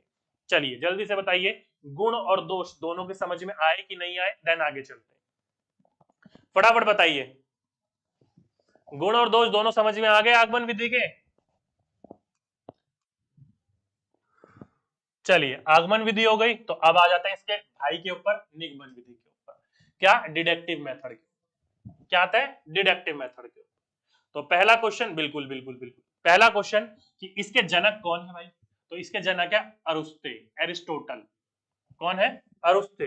तो अरुस्तु जो थे वो इसके क्या माने जाते हैं, जनक माने जाते हैं। क्या माने जाते हैं, जनक माने जाते हैं। ध्यान रखिएगा, इस विधि में बच्चों को पहले नियम बताए जाते हैं और फिर उनसे संबंधित जो है वो उदाहरण दिए जाते हैं। यानी कि इस विधि के द्वारा पहले ही बच्चे को नियम बता दिया जाता है कि ये इस तरीके से होगा, ये इस नियम से होगा, ये इस नियम से होगा। ठीक है, तो पहले नियम बता दिए जाते हैं। जैसे कि व्याकरण, व्याकरण में जब आप पढ़ते हो व्याकरण, तो संधि वगैरह या समास वगैरह जो भी पढ़ रहे होते हैं तो उसके नियम पहले ही बता दिए जाते हैं ना आप लोगों को। ठीक, तो इसलिए कहा जाता है इस विधि के अंतर्गत पहले ही नियम बता दिए जाते हैं और फिर उन नियमों के उदाहरण दिए जाते हैं। ठीक, तो इसलिए इस विधि को क्या कहा जाता है, निगमन विधि यानी कि डिडक्टिव मेथड कहा जाता है। अब बात करी जाए इस विधि के अंतर्गत कौन कौन से सूत्र इस्तेमाल किए जाते हैं, तो पहला सूत्र इसके अंतर्गत इस्तेमाल किया जाता है अज्ञात से ज्ञात, ज्ञान नहीं है ज्ञात। ठीक है, दूसरा है नियम से उदाहरण, तीसरा है सामान्य से विशिष्ट और चौथा है आपका अमूर्त से मूर्त। कहने का मतलब है जो भी नियम हमने आगमन में पढ़े थे, जो भी सूत्र हमने आगमन में पढ़े थे, उन सभी सूत्रों को रिवर्स कर दीजिए, उल्टा कर दीजिए। क्या कर दीजिए, उल्टा कर दीजिए। वो सारे के सारे नियम क्या कहलाएंगे, वो आपके निगमन विधि कहलाएंगे। अब क्वेश्चन कैसे बनता है, तो क्वेश्चन आपका यही बना देगा कि सामान्य से विशिष्ट की ओर जो ये सूत्र है वो किस सिद्धांत के या फिर किस मेथड के अंतर्गत इस्तेमाल किया जाता है, तो इस्तेमाल किया जाता है निगमन विधि के अंतर्गत। ठीक है, तो ध्यान रखिएगा, अज्ञात से ज्ञात, नियम से उदाहरण, सामान्य से विशिष्ट और अमूर्त से मूर्त। अभी अभी हमने पढ़ा था, दोबारा एक्सप्लेन करने की तो कोई जरूरत नहीं है मुझे लगता है, क्योंकि इस चीज के बारे में अभी हमने डिटेल में बात करी थी। ठीक, तो वहां पर जो भी, वहां पर हमने क्या पढ़ा था अभी आगमन में, वो था ज्ञात से अज्ञात, वो था उदाहरण से नियम, वो था विशिष्ट से सामान्य, वो था मूर्त से अमूर्त। अब इसका ही हमने क्या कर दिया, रिवर्स कर दिया। अब हमने कर दिया अज्ञात से ज्ञात, अब हमने कर दिया नियम से उदाहरण, अब हमने कर दिया सामान्य से विशिष्ट, अब हमने कर दिया मूर्त से अमूर्त से मूर्त। तो ये सारी की सारी विधि क्या कहलाई, ये निगमन विधि कहलाई। ठीक है, तो पूछा जाएगा आपसे तो आपको इस चीज के बारे में पता होना चाहिए। आगमन विधि आपने ध्यान रख ली, उसका विपरीत हो जाएगा आपका निगमन विधि। ओके, चलिए अब बात करी जाए दोस्तों, इसके अंतर्गत भी इस्तेमाल करने के कुछ चरण होते हैं, कुछ स्टेप्स होते हैं। कई बार ये स्टेप्स ही दे दिए जाते हैं और आपको बोला जाता है इनको डेफिनेशंस है वो आपको पहले बतला दिए जाते हैं। ये इससे होगा, ये इससे होगा, ये इससे होगा। संज्ञा क्या है, किसी भी जगह या वस्तु या प्लेस का जो नाम होता है उसको संज्ञा कहा जाता है। तो नियम आपको पहले ही बतला दिए जाते हैं। तो पहला स्टेप क्या है, नियम या परिभाषा आपको पहले ही बतला दी जाएगी। दूसरा ये है उसका प्रयोग कैसे किया जाएगा या फिर उसके उदाहरण फिर आपको बतलाए जाते हैं। तो पहले नियम, फिर उदाहरण बताए जाते हैं, फिर उसके ऊपर निष्कर्ष किया जाता है कि सही है कि नहीं है, कैसे होगा कैसे नहीं होगा, फिर निष्कर्ष दिया जाता है और लास्ट में उसकी जांच करी जाती है, यानी कि चेक किया जाता है। ठीक है, तो ये इसके 4 स्टेप्स हैं। तो पूछा जाएगा आपसे स्टेप, वैसे आप अब तक तो स्टेप्स वगैरह कभी नहीं पूछे गए हैं, बस यही पूछा गया कि ये नियम किसके, ये सूत्र किसके अंतर्गत आते हैं, ये सूत्र किसके अंदर आते हैं। स्टेप्स वगैरह इसके नहीं, प्रोजेक्ट वगैरह के स्टेप्स बहुत ज्यादा पूछे जाते हैं। ठीक है, तो ध्यान रखिएगा, आपसे पूछ लिया जाए नियम के बारे में कि इसके जो चरण है वो बताइए निगमन विधि के, तो ये 4 चरण है, इनको क्रम में याद रखिएगा जो सीरीज में आपको मैं बता रहा हूँ। ठीक, चलिए अब बात कर लेते हैं इस नियम के गुण क्या है और इस नियम के दोष क्या है। चलिए, तो पहला लिखिए सभी के सभी बच्चे कि ये जो गुण है वो बड़े बच्चों के लिए बड़ी अच्छी विधि मानी जाती है, क्योंकि दोस्तों सीधी सीधी सी बात है, जो भी आपने आगमन विधि के अंतर्गत गुण लिखे थे वो इसके दोष हो जाएंगे और जो आपने उसके दोष लिखे थे वो इस नियम के गुण हो जाएंगे। रिवर्स कर लीजिए उसमें, जैसे कि उसमें हमने गुण पढ़ा था कि बड़े बच्चों के लिए नहीं है, पढ़ा था ना हमने उसमें दोष, अब ये देखिए यहाँ गुण हो गया। क्यों, क्योंकि ये जो है बड़े बच्चों के लिए अच्छी मानी जाती है, क्योंकि बड़े बच्चे जो होते हैं वो कम समय में ज्यादा से ज्यादा जानकारी लेना चाहते हैं, कम समय में ज्यादा से ज्यादा चीजें सीखना चाहते हैं, इसलिए इस विधि को बड़े बच्चों के लिए ज्यादा जरूरी माना जाता है, ज्यादा बेहतर माना जाता है। ठीक, साथ ही साथ में जब एक ही बार में आपको कम समय में नियम बतलवा दिए जाते हैं तो समय की बचत होती है, क्योंकि नियम तो निकलवाना नहीं है, अब नियम से ही सारी की सारी चीजें सिखानी है। तो जब आपको पहले ही नियम बता दिए गए तो वहां पर आपका क्या हुआ, समय की बचत होगी। क्या बताओगे, समय की बचत होगी। अब साथ ही साथ में इसके द्वारा क्या चीजें करवाई जाती है, तो रटवाया जाता है। क्या करा जाता है, स्मरण शक्ति आपकी बढ़ती है, मेमोराइजेशन आपका बढ़ता है, क्योंकि नियम ही सारा कुछ है। क्योंकि जैसे कि मैथ है, मैथ क्या है, नियम के ऊपर ही डिपेंड है, और नियम क्या आपको रटवाए ही जाते हैं। तो इसलिए आपकी जो मेमोरी पावर है, स्मरण शक्ति है, यानी कि जो आपका रोट लर्निंग है, उसमें इसमें बढ़ोतरी मिलती है। तो स्मरण शक्ति में आपकी जो याद करने की शक्ति होती है, वो इसमें आपकी बढ़ोतरी होती है। क्या होती है, बढ़ोतरी होती है। ठीक, साथ ही साथ में इससे नियम की जांच की जा सकती है कि नियम सही है या फिर नियम गलत है। ठीक है, तो इसके द्वारा नियम की जांच की जा सकती है, क्योंकि उसमें तो पहले उदाहरण देखो, उदाहरण से ही नियम निकलवाया जाता है, तो नियम की जांच कैसे करोगे। ठीक, लेकिन इसमें नियम की जांच हो सकती है, क्योंकि नियम पहले बताया जाता है, फिर उसके बाद में सॉल्व किया जाता है। तो उसके जब सॉल्व हो जाएगा सही तरीके से तो समझ जाइएगा नियम सही है। तो नियम की जांच की जाती है इन्हीं मेथडों से। ठीक, तो ये सारे के सारे क्या है, इसके क्या है, गुण है। क्या है, गुण है, इसके एडवांटेजेस है। अब बात कर लेते हैं इसके डिसएडवांटेजेस के बारे में, यानी कि दोष के बारे में। अब देखो दोस्तों, ये जो विधि है, सीधी सीधी सी बात है, अभी अभी हमने बात करी, रटने के ऊपर डिपेंड करता है। किसके ऊपर, एम्फेसाइज, क्योंकि सीधी सीधी सी बात है, वो आपके स्मरण शक्ति यानी कि मेमोरी पावर को, रटना ही होता है, एक तरीके से याद करना होता है। याद कर रहे हो तो क्या कर रहे हो, रट रहे हो। तो मेमोरी पावर को बढ़ा रहा है, तो सीधी सीधी सी बात है, रटने के ऊपर जोर दे रहा है। किसके ऊपर, रटने के ऊपर जोर दे रहा है। दोष है ये। साथ ही साथ में ज्ञान जो होता है इसके अंतर्गत स्थायी नहीं रहता है। जब तक आपको नियम याद है, वो ज्ञान है, नियम बोले ज्ञान, रफू चक्कर उसके पीछे पीछे। तो इसलिए जो भी आपको यहाँ सिखाया जा रहा है, समझाया जा रहा है, वो लंबे समय तक परमानेंट नहीं रहता है, वो कुछ ही समय के लिए रहता है। तो ज्ञान जो है यहाँ पर क्या रहता है, वो नॉन परमानेंट रहता है, अस्थायी रहता है। ठीक, और साथ ही साथ में ये जो होता है छोटी कक्षाओं के लिए अच्छी नहीं है, क्योंकि जब ये बड़ी कक्षाओं के लिए है तो छोटी कक्षाओं के लिए तो अच्छी नहीं है, क्योंकि बच्चे जो होते हैं चीजें छोटी छोटी सीखते हैं, उदाहरण के माध्यम से सीखते हैं, नियमों के माध्यम से वो रटना नहीं सीखते। ठीक है, करके सीखने के ऊपर जोर ज्यादा देते हैं, तो इसलिए छोटी कक्षाओं के लिए अच्छी नहीं मानी जाती है। और साथ ही साथ में इसके अंतर्गत आत्मविश्वास की कमी रह जाती है, यानी कि पूर्ण रूप से आपके अंदर कॉन्फिडेंस नहीं आ पाता है कि जो चीजें करवाई गई है वो आपने अपने खुद करी है, या सारी की सारी चीजें याद कर ली है, रट ली है। तो इसलिए इसमें आत्मविश्वास की कमी रह जाती है इन विधियों का इस्तेमाल करने से। ठीक, तो ये इसके कुछ गुण थे और ये इसके कुछ दोष थे। चलिए, तो इस पूरे के पूरे विधि के अंतर्गत जो सबसे ज्यादा दो इंपॉर्टेंट विधि थी, वो आगमन निगमन विधि थी, क्योंकि सबसे ज्यादा जो क्वेश्चन आपके एग्जाम में पूछे जाते हैं या पूछे जा चुके हैं, वो इन्हीं दो मेथड से पूछे जाते हैं। तो अगली बार आपके आगमन और निगमन विधि से कोई भी क्वेश्चन बनेगा तो मेरे हिसाब से आप लोगों को गलत नहीं होना चाहिए वो क्वेश्चन। चलिए जल्दी से बताइए, फटाफट समझ गए सभी बच्चे, आगे चले फिर तेजी नाल दोस्तों, काफी लंबा चैप्टर है, जल्दी खत्म करना है हमें इसे।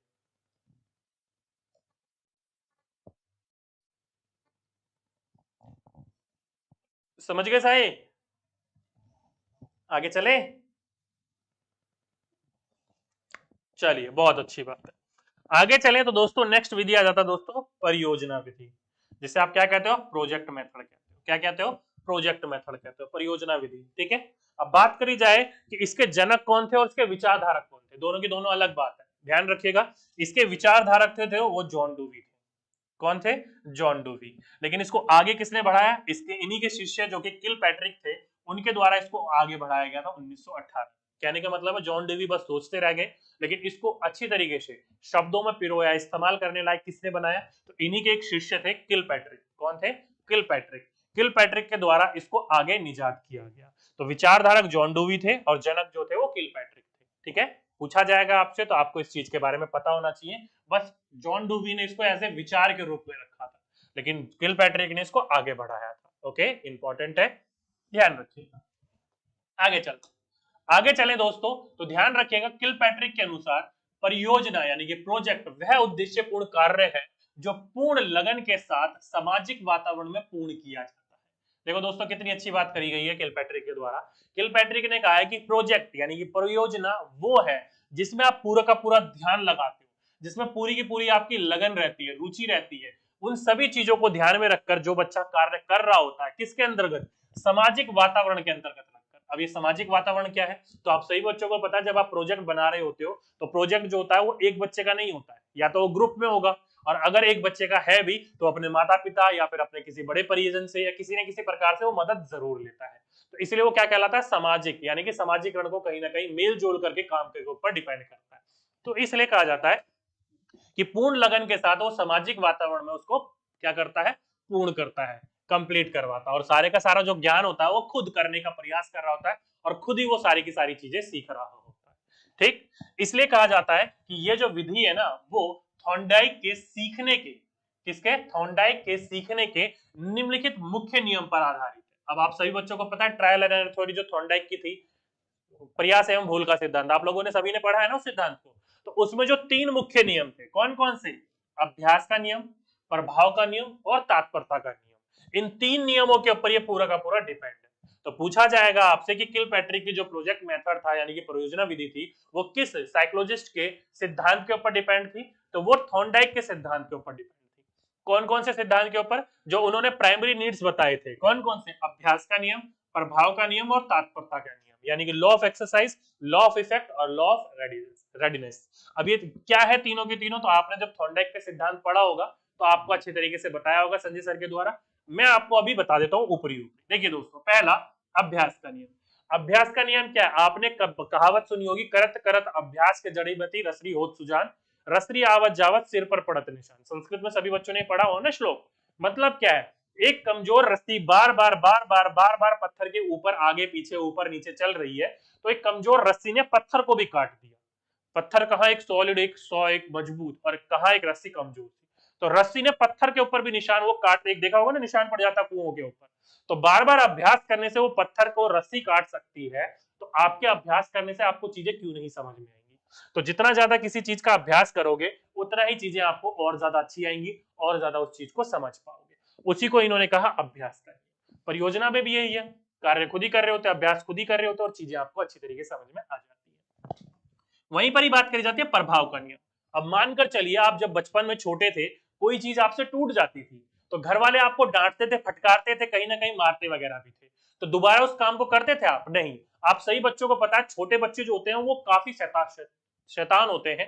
खासकर जो न्यू बॉर्न बेबी होते हैं, जो 5 महीने 6 महीने 7 महीने के हुए हैं, उनको नई नई चीजों को टच करने का बड़ा शौक होता है। फॉर एग्जाम्पल के रूप में जब भी वो आग जलते हुए देखेंगे ना, तो आग को जाकर छूने की कोशिश करेंगे, क्योंकि दिखता अच्छा है, आग काफी अच्छी है और गर्माहट भी होती है उसके पास, तो बच्चा उसको टच करने की कोशिश करता है, देखिएगा कभी भी आप। और जब एक बार उससे जल जाएगा ना, तो दोबारा टच करने नहीं जाएगा, क्या करेगा, दोबारा टच नहीं करेगा, क्योंकि उसे पता है भाई दोबारा छूंगा तो कहीं ना कहीं मुझे दर्द होगा। तो इसलिए किसी भी कार्य का प्रभाव अगर अच्छा है तो उस काम को आप रिपीट करते हो, अगर किसी भी काम का प्रभाव अगर बुरा है, नेगेटिव है, तो उस काम को आप रिपीट नहीं करते हो। मान लीजिए किसी बच्चे ने कोई काम करा, आपको वाहवाही मिली, पुरस्कार मिला, पैसे वगैरह कुछ भी मिले, तो आप उस काम को दोबारा रिपीट करोगे ना। अब उसी काम के बदले आपको करने के प्रति उसको आपको मार लगी, नेगेटिव हो गया, कुछ भी हो गया, तो उस काम को दोबारा रिपीट करोगे, नहीं, कभी रिपीट नहीं करोगे। इसलिए कहा जाता है कि काम का प्रभाव अगर पॉजिटिव है तो काम को रिपीट किया जाता है, अगर काम का प्रभाव नेगेटिव है तो कभी भी उस काम को रिपीट नहीं किया जाता। तो उसी को हम कहते हैं प्रभाव का नियम, लॉ ऑफ इफेक्ट। ठीक, और तीसरा और लास्ट आ जाता है तात्पर्यता का नियम, यानी कि कोई भी आप काम करने के लिए तैयार हो तो काम आप अच्छी तरीके से सीखोगे, अच्छी तरीके से कर पाओगे। अगर आप काम करने के लिए तैयार नहीं हो तो कभी भी उस काम को, मैं कितना भी आपके पीछे पड़ जाऊं, कितना भी आपको डंडे से मारूं पीटूं, कितना भी आपके सर के ऊपर बैठा रहूं, उस काम को आप नहीं सीख पाओगे। तो काम अगर कोई भी सीखना है तो उसके लिए आपको तत्पर रहना पड़ेगा, खुद ही जिज्ञासु बनना पड़ेगा, खुद ही आपको आगे बढ़ना पड़ेगा। इसलिए किसी भी काम के प्रति आप तत्पर हो, यानी कि आप रेडी हो, आप करने के लिए, सीखने के लिए रेडी हो, तो उसी को हम कहते हैं तत्परता का नियम। ठीक है, तो ये तीनों के तीनों नियम जो थे वो थॉर्नडाइक के द्वारा दिए गए थे। वैसे तो कुल मिलाकर 8 दिए गए थे, लेकिन हमें वो पढ़ने की जरूरत नहीं है, प्राइमरी सेकेंडरी नियम। बस आपको इतना ध्यान रखना है कि ये जो नियम थे वो थॉर्नडाइक के थे, और जो किलपैट्रिक का प्रयोजन सिद्धांत है वो इन्हीं नियमों के ऊपर डिपेंड करता है। ठीक है, अब कैसे नियम डिपेंड करता है, क्योंकि सीधी सीधी सी बात है, ये सारे के सारे काम मैंने अभी आपको समझाए। अब इसको आप प्रोजेक्ट से जोड़ोगे तो कहीं ना कहीं चीजें आपको समझ में आ जाएंगी। क्या होगी, कहीं ना कहीं चीजें आपको समझ में आ जाएंगी। ओके, चलिए, समझ गए सही बच्चे, जल्दी से बताइए, ये तीनों के तीनों समझ गए आप, किसके ऊपर डिपेंड और कैसे डिपेंड है। आप सभी ने वैसे भी थॉर्नडाइक की थ्योरी तो पहले पढ़ी ही होगी, जल्दी से बताइए।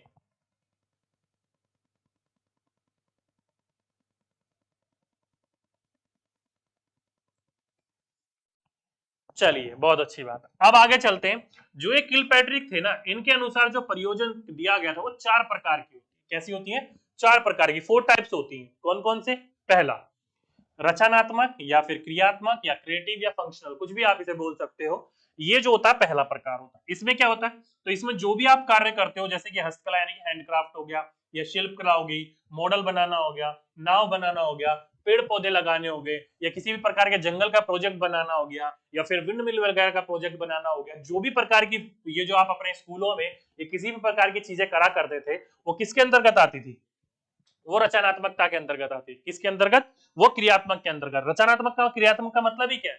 जब आप कार्य को कर रहे होते हो, अपने ढंग से कर रहे होते हो, किसी कॉपी नहीं कर रहे होते हो, ठीक है, तो उसी को हम रचनात्मक और क्रियात्मक कहा जाता है। ठीक, तो ये सारे के सारे जो प्रोजेक्ट हुआ करते थे, आप अपने स्कूल के दिन याद करिए, आपको स्कूल के दिनों में दिया जाता था ना करने के लिए, तो ये सारी की सारी क्या है? तो ये सारी की सारी चीजें जो थी वो क्या थी? तो वो थी आपकी रचनात्मक या क्रियात्मक। ठीक है, तो अगर आपसे पूछा जाएगा कि ये इस प्रकार, ये किस प्रकार के प्रोजेक्ट है, किस प्रकार की चीजें हैं, किस प्रकार का परियोजना है, तो आपको पता होना चाहिए रचनात्मक या क्रियात्मक का प्रकार का परियोजना। ठीक, आगे चलते हैं। अगला चले तो नेक्स्ट आ जाता है आपका आर्टिस्ट यानी कि कलात्मक। अभी इसके अंतर्गत क्या होता है? तो इसके अंतर्गत दोस्तों गाना गाना हो गया, यानी गायन हो गया, नृत्य हो गया, या चित्रकला जो आपके अलग अलग प्रकार की पेंटिंग्स होती है, वो सारी की सारी चीजें बनानी होगी। तो ये सारी की सारी जो चीजें आती है वो किसके अंतर्गत आती है? वो आपकी कलात्मक के अंतर्गत आती है। आर्टिस्ट प्रकार के प्रयोजन जो होती है उसके अंतर्गत आती है। ठीक, तीसरे की बात करी जाए तो वो आपका हो गया समस्यात्मक परियोजना, यानी कि प्रॉब्लमैटिक पर्पस जो होता है, वो आपके जो वो आपके प्रोजेक्ट्स होते हैं। जैसे कि किसी भी प्रकार की बेरोजगारी के ऊपर बात करनी हो, या प्रदूषण के ऊपर, या जनसंख्या के ऊपर, या जनगणना के ऊपर, या गरीब की जो आपकी समस्याएं देखने को मिलती है उसके ऊपर। क्योंकि आपने देखा होगा जब आप स्कूलों में होते थे तो आपके ऊपर इसके प्रकार की एक लाइन दे दी जाती थी, एक आपको पूरा का पूरा सेंटेंस दे दिया जाता था और बोला जाता कि आपस में इस चीज के ऊपर बात करो, ये इसके बारे में जितने भी प्रकार की चीजें हो सकती है चार्ट के ऊपर लिख कर लाओ। आपने स्कूल में करा होगा ना इन चीजों के ऊपर। तो ये सारी की सारी जो प्रोजेक्ट्स होते हैं वो क्या होते हैं? वो समस्यात्मक प्रयोजन होते हैं। किसके अंतर्गत होते हैं? समस्यात्मक, यानी कि प्रॉब्लमेटिक जो आपके प्रोजेक्ट्स होते हैं उसके अंतर्गत देखने को मिलते हैं। और नेक्स्ट और लास्ट आ जाता है आपका अभ्यासात्मक प्रयोजन, यानी कि जो प्रैक्टिकल होते हैं वो। जैसे कि सुंदर हस्तलेखन हो गया, यानी कि जो आपका राइटिंग वगैरह होते हैं, कॉम्पिटिशन वगैरह वो, या मानचित्र बनाना हो गया, या फिर रेखा चित्र वगैरह जो ड्राइंग वगैरह खींचना होता है वो हो गया। तो ये सारी की सारी चीजें किसके अंदर आती है? तो प्रैक्टिकल पर्पस के अंतर्गत आते हैं। फॉर एग्जाम्पल के रूप में आपने देखा होगा ना, एक ब्लैक एंड व्हाइट के ऊपर आपको अलग अलग प्रकार के पेड़ों की पत्ती चुना लगानी थी, उसके बारे में लिखना था, जिसे आप क्या बोलते थे? सदाबहार वगैरह जो पत्ती होती है, वो आपने स्कूल में इस प्रकार के प्रोजेक्ट किए होंगे, तो वो किस प्रकार के अंतर्गत आता है? तो अभ्यासात्मक यानी कि प्रैक्टिकल जो प्रोजेक्ट्स होते हैं उसके अंतर्गत आता है। ठीक, तो अगर अगली बार आपसे पूछा जाएगा कि किलपैट्रिक के अनुसार कितने प्रकार के प्रयोजन विधि के अंतर्गत बांटा गया था, तो 4 प्रकार के। कौन कौन से 4? तो ये अभी अभी हमने बात करी रचनात्मक, जिसे आप क्रियात्मक बोलते हो, पहला। दूसरा हमने बात करी आपकी कलात्मक, तीसरा हमने बात करी आपकी समस्यात्मक, और चौथी हमने बात करी अभ्यासात्मक। तो इन 4 प्रकार के प्रोजेक्ट के अंतर्गत किलपैट्रिक ने अपने प्रोजेक्ट्स विधि को बांटा था। ओके, समझ गए सभी के सभी बच्चे? चलिए अब बात कर लेते हैं इस विधि के अंतर्गत जो पद होते हैं, यानी कि जो चरण होते हैं उनके ऊपर। और ये बात बहुत ही इंपॉर्टेंट है दोस्तों, ये जो 6 चरण दिए गए हैं, ये 6 चरण बहुत ही इंपॉर्टेंट है। क्यों? क्योंकि कई बार आपके एग्जाम में 5 चरण दे देता है और आपको उसको क्रम में लगाने के लिए देता है। अगर किसी भी चरण यानी जो स्टेप्स होते हैं वो पूछेगा तो सबसे ज्यादा प्रोजेक्ट मेथड के ही पूछता है। ठीक, चलिए समझते हैं। तो पहला, परिस्थिति उत्पन्न करना, यानी कि कोई भी आपका किसी भी प्रकार की चीजें देना चाह रहे हो तो उसके लिए आपको सिचुएशन क्रिएट करनी पड़ेगी, परिस्थिति निर्माण करनी पड़ेगी। तो पहला स्टेप हो गया परिस्थिति का निर्माण करना।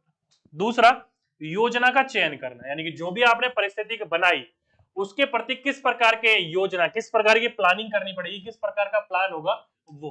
तो पहला परिस्थिति का निर्माण करना, दूसरा प्लान बनाना, दूसरा क्या? प्लान बनाना। तीसरा स्टेप क्या है? परियोजना की जो तैयारी है अथवा जो कार्यक्रम है उसको बनाना। मैंने क्या बोला आपका?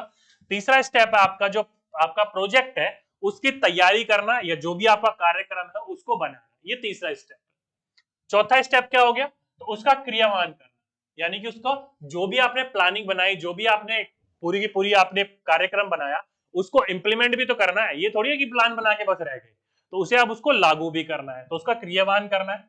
साथ ही साथ में क्रियान्वयन करने के बाद उसका मूल्यांकन करना, यानी कि जो भी चीज हमने सोची थी, जो भी चीज हम करना चाह रहे थे, वो कार्य उसी तरीके से हुआ, उस तरीके से हुआ या नहीं हुआ, उसका मूल्यांकन करना। ठीक है, और लास्ट में उस परियोजना का आरेखा तैयार करना, मतलब ड्राफ्ट तैयार करना कि किस प्रकार से सारी की सारी चीजें हुई और उसके बारे में क्या क्या। ठीक, तो ये 6 स्टेप्स होते हैं परियोजना विधि के अंतर्गत। अगली बार आपसे पूछा जाएगा कि प्रयोजन विधि में कितने प्रकार के चरण होते हैं, तो 6 प्रकार के चरण होते हैं। कौन कौन से होते हैं, तो आपको 4 या 5 चरण दे देगा और आपको उसमें क्रम में लगाना होगा। अधिकतर जो होता है ना, वो आपका जो तीसरे नंबर का, चौथे नंबर का है, उसको हटा दिया जाता है और आपको क्रम में लगाने के लिए बोलेगा, या फिर छठा हटा दिया जाता है और क्रम में लगाने के लिए बोला जाता है, ऊपर नीचे देकर। तो जब भी आपको अगली बार देगा क्रम में लगाने के लिए, तो आपको कोई सा भी स्टेप हटा रखा हो, घबराना नहीं है, ये 6 के 6 क्रमों को आपको लगाना है। ठीक है, इंपॉर्टेंट है, ध्यान रखिएगा, पूछा जाएगा आपसे तो आपको इस चीज के बारे में पता होना चाहिए। ठीक, पहला परिस्थिति का निर्माण करना, दूसरा उसकी योजना बनाना, प्लान करना, तीसरा उसके बारे में पूरा का पूरा चेक करना, उसके बारे में कार्यक्रम बनाना, साथ ही साथ में उसकी तैयारी करना, फिर उसका क्रियावान करना, मतलब उसको लागू करना। ये नहीं कि बस प्लान बना के अपने माइंड में रख लिया हो गया, नहीं, प्लान बनाना, फिर उसको लागू करना, फिर उसका मूल्यांकन करना, और फिर लास्ट में उसका क्या करना, प्रस्तुति, यानी कि आप उसका ड्राफ्ट बनाना जिसे आप बोलते हो वो करना। ठीक है, तो कुल मिलाकर ये 6 स्टेप्स होते हैं। आगे चलते हैं, आगे बात करी जाए तो इसके अंतर्गत कुछ गुण भी है और कुछ दोष भी है। अब क्या गुण है और क्या दोष है, चलिए पढ़ते हैं। पहला, ये जो गुण है इसके अंतर्गत, वो बच्चों में सामाजिक गुणों का विकास करता है। कहने का मतलब क्या है, बच्चे आपस में मिलजुल कर कार्य करते हैं, एक दूसरे की सहायता लेते देते हैं, एक दूसरे की बातों को सुनते हैं, एक दूसरे की बातों को सम्मान करते हैं।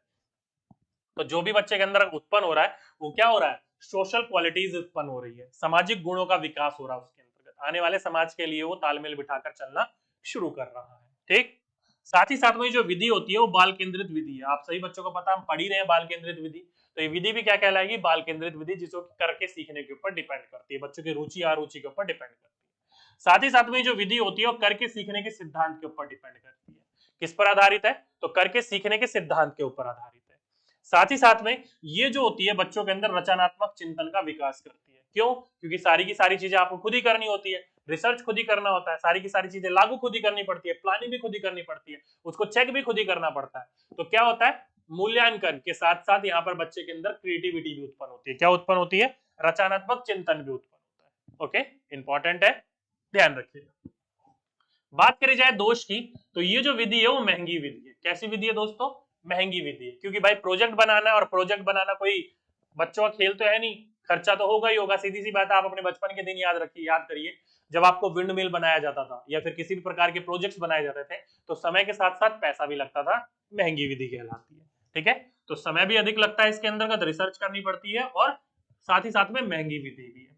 साथ ही साथ में ये जो बच्चे होते हैं, इनमें ध्यान रखिएगा, इस प्रकार के ज्ञान के अंतर्गत क्रमिक ज्ञान, यानी कि एक जो ज्ञान होता है वो पूरी तरीके से देखने को नहीं मिलता है, एक थोड़ी बहुत जो ऊपरी ज्ञान होता है वो बच्चों को देखने को मिलता है। क्यों, क्योंकि जो भी बच्चा उसके अंतर्गत चीजों को बना रहा है, वो उसके एक सर्कल के बारे में समझने का प्रयास कर रहा है, लेकिन उसके पीछे डीप नॉलेज क्या है, उसका परफेक्शन क्या है, उसके बारे में वो नहीं समझता। ठीक है, जैसे कि फॉर एग्जांपल के रूप में आपको एक जंगल का प्रोजेक्ट बनाने के लिए दिया, तो आपने 4-5 पौधे खड़े कर दिए और 2-4 एनिमल खड़े कर दिए, बस हो गया। तो डीप नॉलेज मिली उसकी, नहीं। तो इस प्रकार के जो नॉलेज होता है उसके अंदर का जो भी ज्ञान मिलता है वो क्रमिक ज्ञान मिलता है, यानी कि मलाई मलाई मिलती है, बस ऊपर ऊपरी ज्ञान मिलता है। ठीक, इसलिए पूछा जाएगा आपसे, तो आपको इस चीज के बारे में पता होना चाहिए। ठीक, चलिए, तो ये इसके गुण थे और ये इसके कुछ दोष थे। जल्दी से बताइए मुझे, प्रोजेक्ट मेथड आपको समझ में आया या फिर नहीं आया। नेक्स्ट मेथड के ऊपर चलते हैं, फिर प्रॉब्लम सॉल्विंग मेथड, बहुत ही इंपॉर्टेंट मेथड है, आपके एग्जाम में बहुत ज्यादा क्वेश्चन देखने को मिलते हैं इस मेथड से। चलिए जल्दी से बताइए फटाफट, ये मेथड समझ में आ गया, प्रोजेक्ट मेथड सभी बच्चों को? क्योंकि मैंने आपको पहले ही बोला था, प्रोजेक्ट मेथड के जो स्टेप्स होते हैं वो बहुत बार आपको एग्जाम में पूछे जा चुके हैं, आगे फिर भी पूछा जाएगा, तो आपको पता होना चाहिए। तेजी से दोस्तों, चलिए बहुत अच्छी बात है, बहुत अच्छी बात है। चलिए अगली विधि आ जाती है दोस्तों, समस्या समाधान विधि, यानी कि प्रॉब्लम सॉल्विंग मेथड। अब ये समस्या समाधान विधि यानी कि प्रॉब्लम सॉल्विंग मेथड जो है, इसके जनक कौन माने जाते हैं, तो ध्यान रखिएगा, इसके जो जनक माने जाते हैं वो सुकरात और सेंट थॉमस। कौन माने जाते हैं, सुकरात और सेंट थॉमस माने जाते हैं। तो अगली बार आपसे पूछा जाएगा कि प्रॉब्लम सॉल्विंग मेथड के जो जनक है वो कौन माने जाते हैं, तो सुकरात और सेंट थॉमस माने जाते हैं। ठीक, बात करी जाए ये है क्या, तो ध्यान रखिएगा, जब आप किसी उद्देश्य की प्राप्ति में, क्या है, जब आप किसी उद्देश्य की प्राप्ति में बाधा उत्पन्न होती है, तो वैज्ञानिक तरीके से उसका समाधान जो किया जाता है उसी को ही हम समस्या समाधान विधि कहते हैं। ये होगी ज्यादा शुद्ध हिंदी। एक सिंपल मेथड समझाता हूं मैं आपको। मान लीजिए आपका घर है, मान लीजिए क्या है ये आपका घर, क्या है ये आपका घर, और मान लीजिए आपका ये स्कूल है।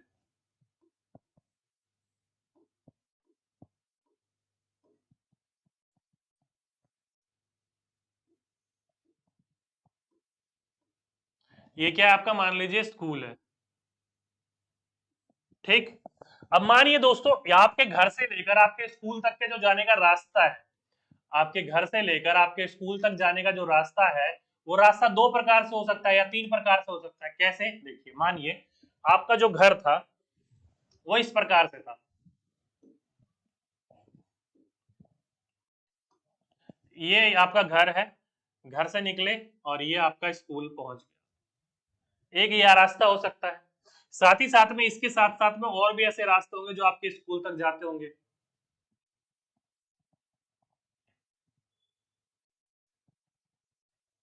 इसी के साथ साथ में और भी रास्ते होंगे जो आपके घर से स्कूल तक जाते होंगे, क्योंकि स्कूल तक जाने का रास्ता एक ही थोड़ी होगा, क्या पता कोई और भी रास्ते हो। जैसे कि मैंने आपके सामने कुछ रास्ते बनाए, ठीक है, स्कूल तक जाने का रास्ता एक ही थोड़ी होता दोस्तों, क्या पता अनेक रास्ते हो।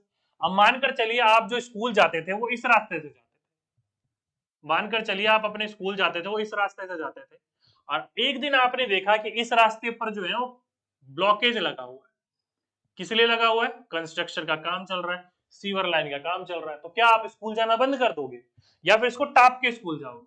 अब भाई इतनी बड़ी बड़ी मशीनरी लगी रहती है, टाप तो सकते नहीं हो। तो वहां पर आप क्या करोगे, या तो भाई दो काम कर सकते हो, या तो वापस अपने घर लौटकर अपने घर में रह सकते हो और घर वालों को बहाना मार सकते हो भाई रास्ता बंद है, या फिर आप अपना रास्ता चेंज करके आप बोलोगे चलो कोई नहीं यार थोड़ा लंबा रास्ता है दूसरे रास्ते से चलते हैं। क्या बोलोगे, चलो कोई नहीं आप दूसरे रास्ते से चलते हैं, लंबा रास्ता है तो क्या हो गया, स्कूल तो जाना ही है। अब मान लो इस रास्ते के ऊपर भी काम चल रहा है, फिर क्या करोगे, तो आप दूसरे रास्तों को लोगे।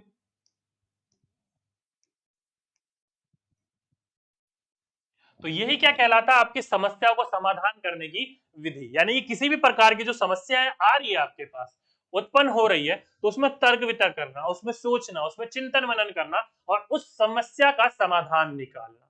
अब जैसे कि आप स्कूल जाते समय किसी भी प्रकार की समस्या के अंतर्गत फंसे, तो उस समस्या का आपने समाधान निकाला, नहीं चलो यार इससे नहीं तो इससे, इससे नहीं तो इससे कर चलने की कोशिश करते हैं, क्योंकि स्कूल तो जाना ही है, ठीक। अब ये तो होगा नहीं कि आपके स्कूल के जाने के सारे रास्ते बंद एक ही दिन हो जाएंगे, ऐसा कभी भी नहीं होगा।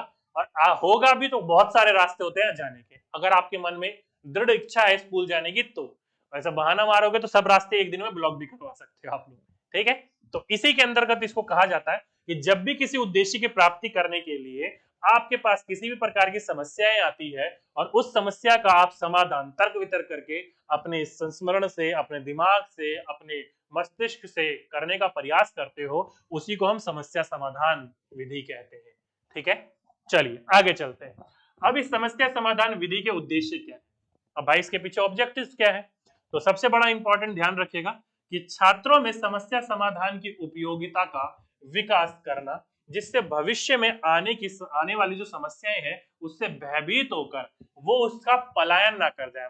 मतलब बच्चा जो है आने वाली जिंदगी के अंतर्गत किसी भी प्रकार की कोई समस्या आएगी तो ये नहीं है कि उससे समस्या से पीठ दिखाकर वहां से वो भागकर निकल जाए, नहीं, बच्चे को आने वाले भविष्य के लिए तैयार करना है कि कभी भी किसी भी प्रकार की उसके सामने कोई समस्या आएगी तो डटकर उससे सामना करना है, क्योंकि हार के बाद ही जीत होती है। सभी ने देखा है ना, जीतने वाले को क्या कहते हैं, बाजीगर।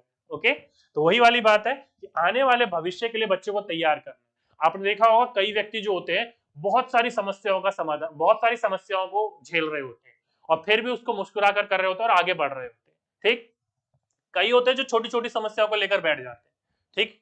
लेकिन ऐसा नहीं करना, आने वाली समस्या, आने वाली जिंदगी आपको एक बहुत अच्छा मौका देगी, क्योंकि साफ साफ सी बात है हमारी जिंदगी के अंतर्गत, हमारी दुनिया के अंतर्गत दो चीजें बनाई है, एक सुख और एक दुख। दोनों चीज बहुत इंपॉर्टेंट है, अगर दुख हटा देंगे तो सुख के मायने नहीं रहेंगे कभी भी, सुख आपको लगेगा ही नहीं, आप सोचोगे यार ऐसी जिंदगी होती है बोरियत सी, ठीक है।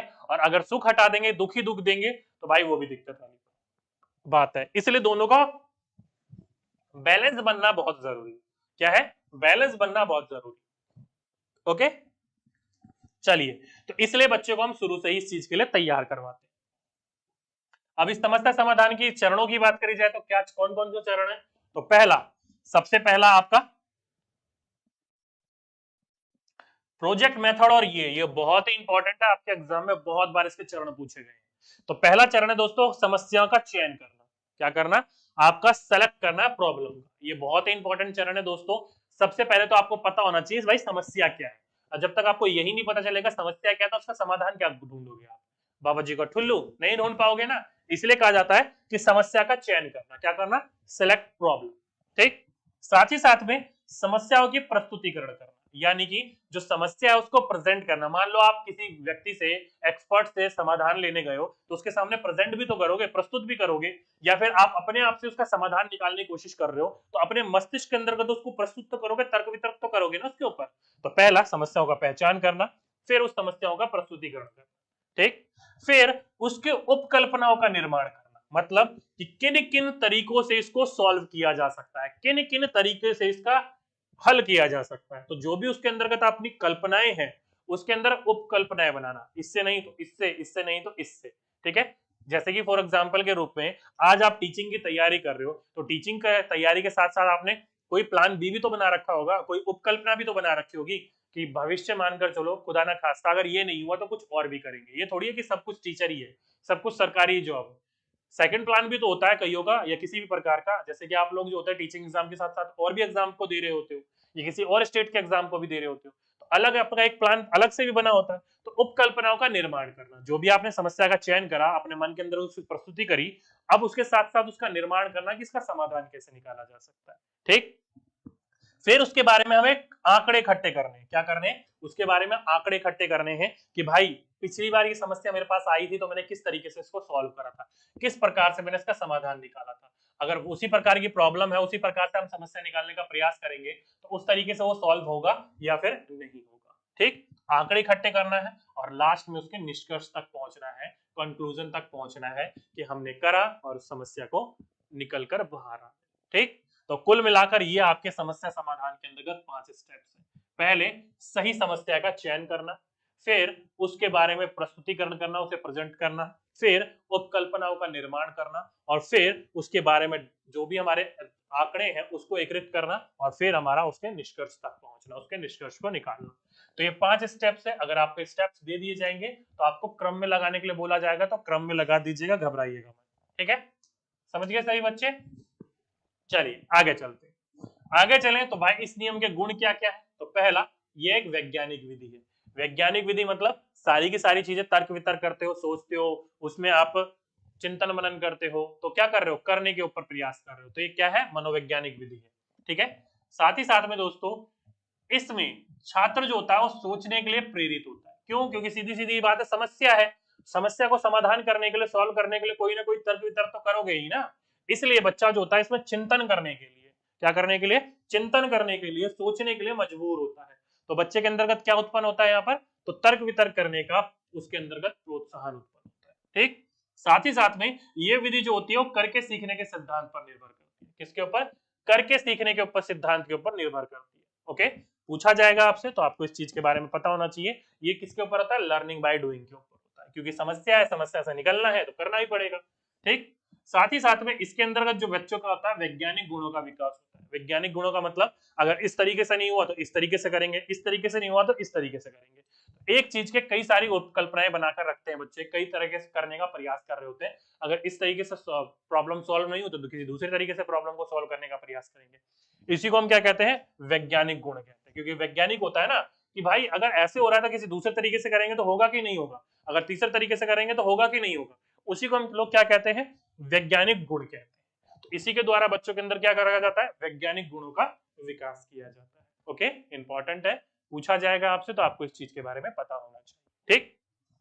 तो ये सारे के सारे क्या हो गए? इसके गुण। अब बात कर लेते हैं दोषों के बारे में। अब दोष की बात करी जाए तो दोस्तों ये छोटी कक्षाओं के लिए उपयोगी नहीं है। क्या?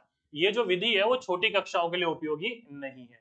क्यों? क्योंकि छोटे बच्चे अभी इतने तर्क संगत करने के लायक नहीं हुए कि इन चीजों के बारे में वो जांच सके, बतला सके और कर सके।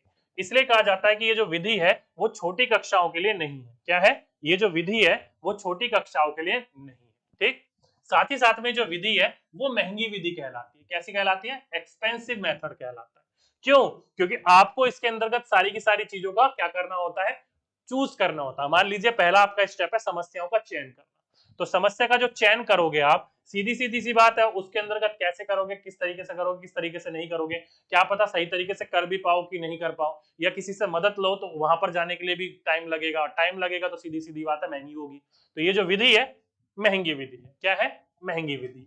साथ ही साथ में समस्या समाधान में समय अधिक लगता है। क्या लगता है? समस्या समाधान के अंतर्गत जो समय है वो अधिक लगता है, क्योंकि आप सभी बच्चों को पता है कि एक अगर आपके अंतर्गत कोई समस्या देखने को मिल रही है, उसका समाधान एक ही दिन में निकल जाए या एक ही रात में निकल जाए, ये कहना पॉसिबल नहीं है। क्या है? ये कहना पॉसिबल नहीं है। इसलिए कहा जाता है कि इस विधि के अंतर्गत जो है वो समस्या का समाधान निकालने के लिए समय ज्यादा लगता है। क्या लगता है? समय ज्यादा लगता है। ठीक। और सबसे इंपॉर्टेंट बात तो ये है कि जो भी आपकी समस्या है उस समस्या का पता करना कि आखिर समस्या आपकी है क्या। देखो दोस्तों, दो काम है, समस्या का पता लगाना और सही समस्या का पता लगाना, दोनों काम अलग अलग है। ये नहीं है कि बस समस्या का पता लगाना, भाई ये भी पता लगाना है कि समस्या है कौन सी आपकी असलियत में। तो कई बार जो होते हैं हम सही समस्या को पहचान ही नहीं पाते कि आखिर सही समस्या आखिर है क्या। तो इसलिए इसके अंतर्गत सबसे जो इंपॉर्टेंट और मुश्किल टास्क है वो यही टास्क है कि आपको के करेक्ट प्रॉब्लम का पता लगाना। ये नहीं कि समस्या आपको पता ही नहीं है, बस उसका आप समाधान निकालने में लगे पड़े। ठीक है, तो समस्या का सही पता लगाना। ठीक। साथ ही साथ में ये जो विधि होती है वो शारीरिक के अनुसार मानसिक पर अधिक जोर देती है। क्या है? शारीरिक रूप से मानसिक पर अधिक जोर देती है, क्योंकि सीधी सीधी बात है, समाज जो भी आपकी प्रॉब्लम होगी ये थोड़ी है कि मार कुटाई करके सीधी हो जाएगी। उसके रूप में आपको सोचना पड़ेगा, तर्क वितर्क करना पड़ेगा, उसके अंतर्गत प्रॉब्लम के बारे में समझना पड़ेगा, उसके बारे में निकलने का प्रयास करना पड़ेगा। तो इसलिए शारीरिक रूप से ज्यादा मानसिक रूप के ऊपर जोर देती है। किसके ऊपर? शारीरिक रूप से ज्यादा मानसिक रूप के ऊपर जोर देती है। ओके, इंपॉर्टेंट है, पूछा जाएगा आपसे तो आपको इस चीज के बारे में पता होना चाहिए। समझ गए सभी बच्चे? जल्दी से बताइए ये वाली विधि, फटाफट बताइए दोस्तों, आगे चलते हैं फिर।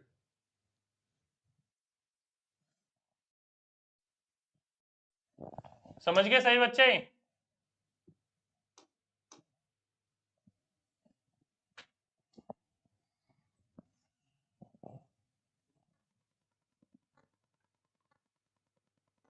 बिल्कुल बिल्कुल बिल्कुल बिल्कुल। चलिए आगे चलते हैं।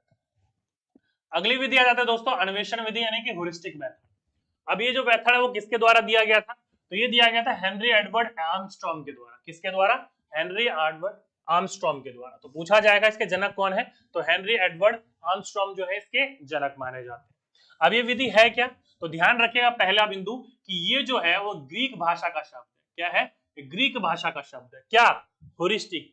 ठीक है, तो ये ग्रीक भाषा का शब्द है जिसका अर्थ क्या होता है कि मैं स्वयं ज्ञान की खोज या फिर खोजना या फिर उसको इस्तेमाल करना, सर्च करना, वो खुद कर सकता हूं। ठीक है, अगली बार आपसे पूछा जाएगा ये जो ह्यूरिस्टिक मेथड है, ह्यूरिस्टिक जो शब्द है वो कहां से लिया गया, तो एक ग्रीक शब्द है। क्या है? ग्रीक भाषा का शब्द है, जिसका मतलब क्या है, तो आई कैन सर्च, यानी ये मैं जो भी ज्ञान उत्पन्न करूंगा मैं उसको खुद खोज सकता हूँ, उसको मैं खुद सीख सकता हूँ। ठीक है, पूछा जाएगा आपसे तो आपको इस चीज के बारे में पता होना चाहिए। साथ ही साथ में सर्वप्रथम जो इसका प्रयोग हुआ था ना वो गणित शिक्षण में किया गया।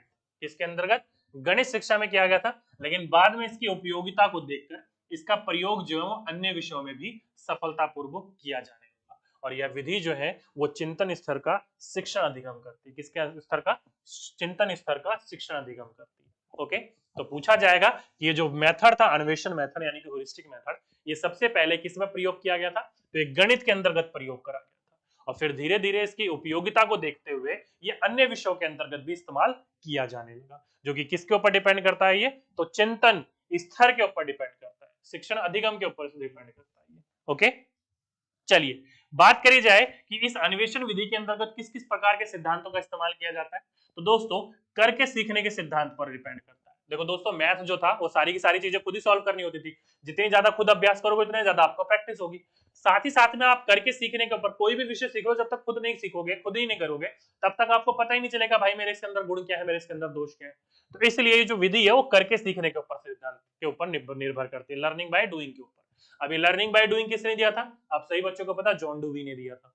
ठीक, आगे चल।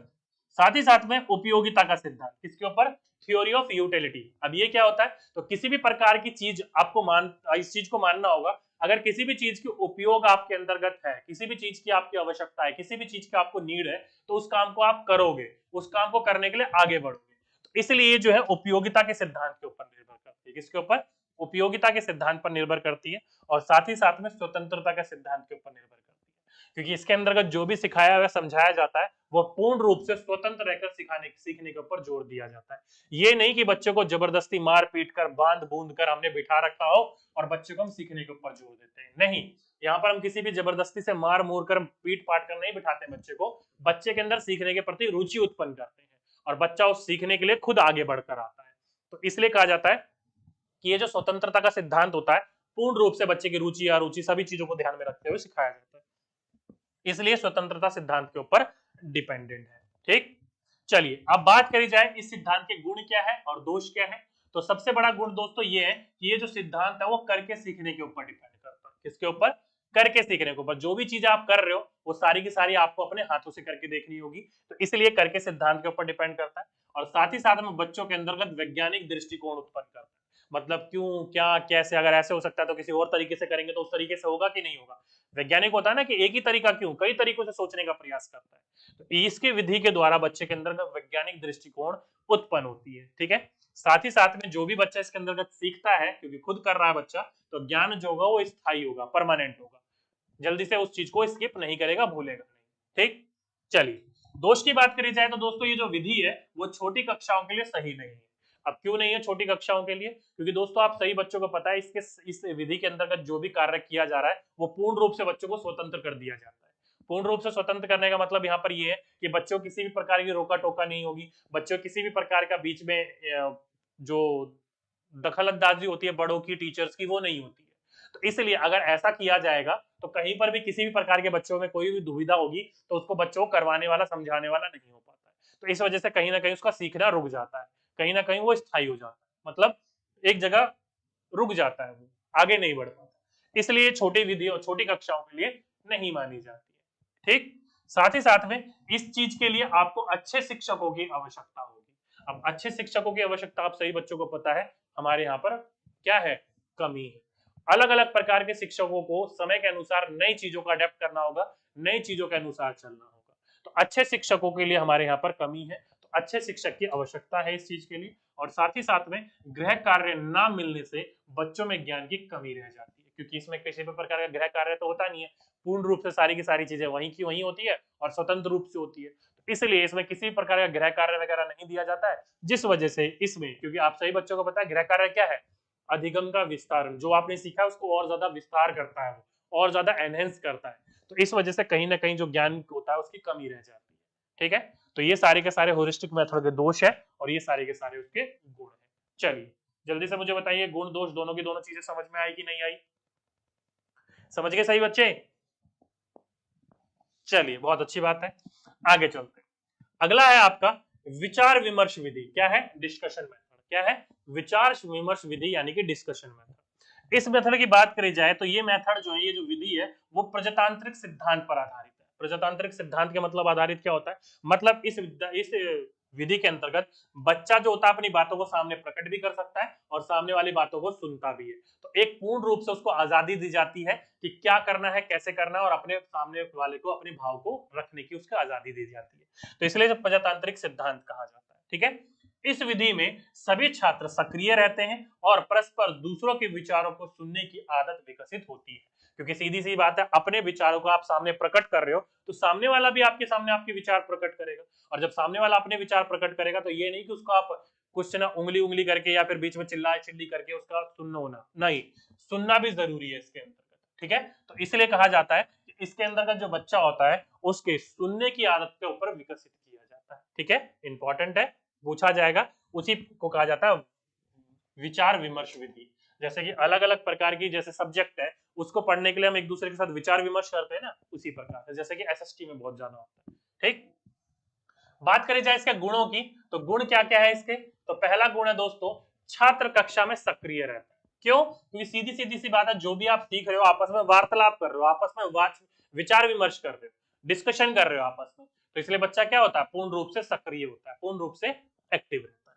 साथ ही साथ में विचार विमर्श में छात्रों में चिंतन तथा तर्क शक्ति का विकास होता है। क्यों? क्योंकि कोई भी चीज आप जब बात विचार विमर्श कर रहे हो, ये थोड़ी है कि मन में जो भी आ रहा है बोल रहे हो, उसके पीछे जो तर्क है, उसके बीच में जो भी आपका जो भी उसके पीछे में विश्लेषण है, उस चीज को सोच समझ के तो सामने प्रकट कर रहे होगे, और जो भी सोच समझ प्रकट कर रहे हो उसी को हम कहते हैं चिंतन या तर्क करना।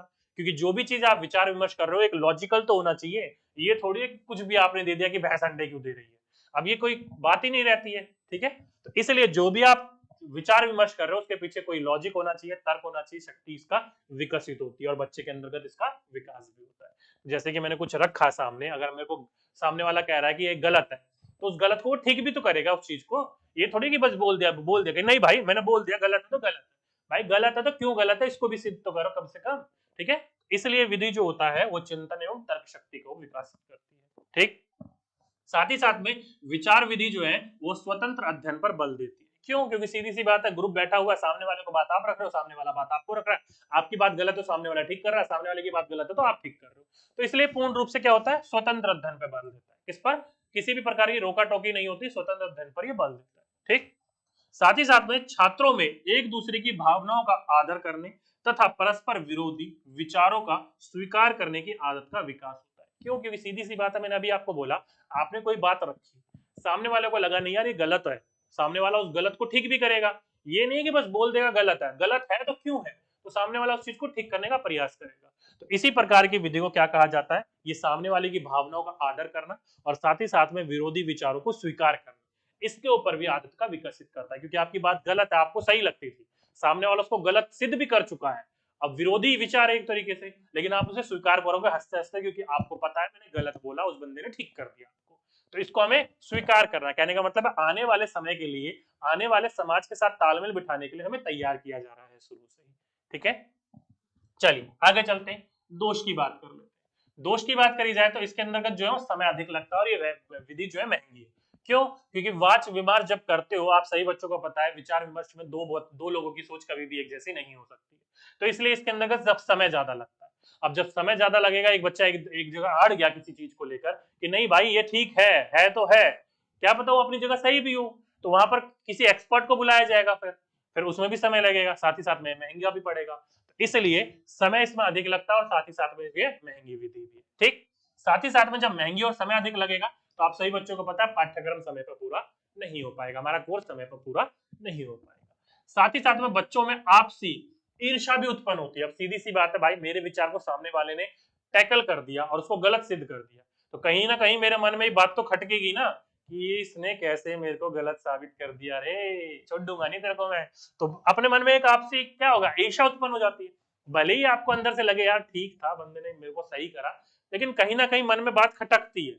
बच्चा है भाई, बच्चा कितना बड़ों की तरह सोच पाएगा, या तो बड़े भी नहीं सोच पाते बड़ों की तरह, तो ठीक है, तो कहीं ना कहीं ईर्ष्या उत्पन्न होती है, कहीं ना कहीं वहां से खुन्नस उत्पन्न होती है। ठीक, साथ ही साथ में संचलन ठीक ना होने पर परेशानी उत्पन्न हो सकती है। कहने का मतलब ये है कि जो भी विचार विमर्श कर रहे हो, अगर उसका सही तरीके से हमने क्या करा, प्लानिंग नहीं करी, सही तरीके से हमने उसको प्रस्तुत नहीं करा, सही तरीके से हमने उसको चला नहीं पाए, कंट्रोल नहीं रह पाया, तो क्या पता दोनों के दोनों गुटों के बीच में लड़ाई भी हो जाए, अरे तूने मेरा गलत कैसे कर दिया, तेरी ऐसी की तैसी, इधर तू मत, पता चला घुसे लात चलने पिलने शुरू हो गए। तो यहाँ पर क्या हो सकता है, संचलन ना सही होने पर परेशानियां भी उत्पन्न हो सकती है, लड़ाई झगड़े भी हो सकते हैं, इस चीज को भी हमें ध्यान रखना होता है। ठीक है, तो ये सारे के सारी क्या है, इसकी समस्याएं हैं। विचार विमर्श करवाना कोई आसान काम नहीं, और साथ ही साथ में बच्चों के बीच में, और वो भी दो गुटों के बीच में, बहुत ही भारी पड़ जाता है कभी कभी ये। ठीक है, तो ये कुछ इसके दोष थे, क्या थे इसके दोष। चलिए जल्दी से बताइए, गुण और दोष दोनों के दोनों समझ में आए कि नहीं आए, फटाफट बताइए दोस्तों।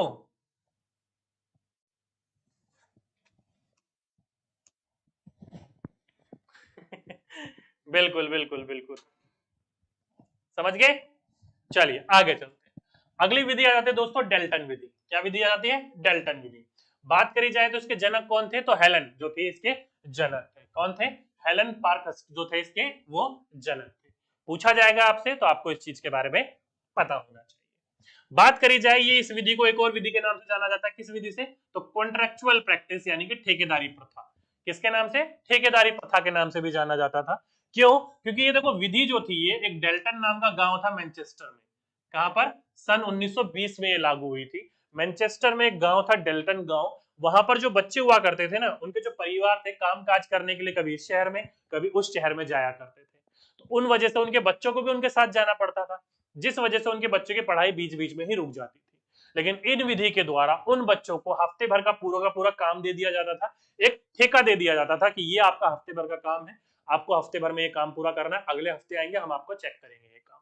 तो एक हफ्ते का पूरा काम दे दिया जाता था, एक ठेका दे दिया जाता था, इसलिए इसको ठेकेदारी प्रथा कहा जाता था। तो पूछा जाएगा आपसे तो आपको इस चीज के बारे में पता होनी चाहिए कि ठेकेदारी प्रथा कौन सी है और क्या नहीं है। ठीक, चलिए आगे चलते हैं।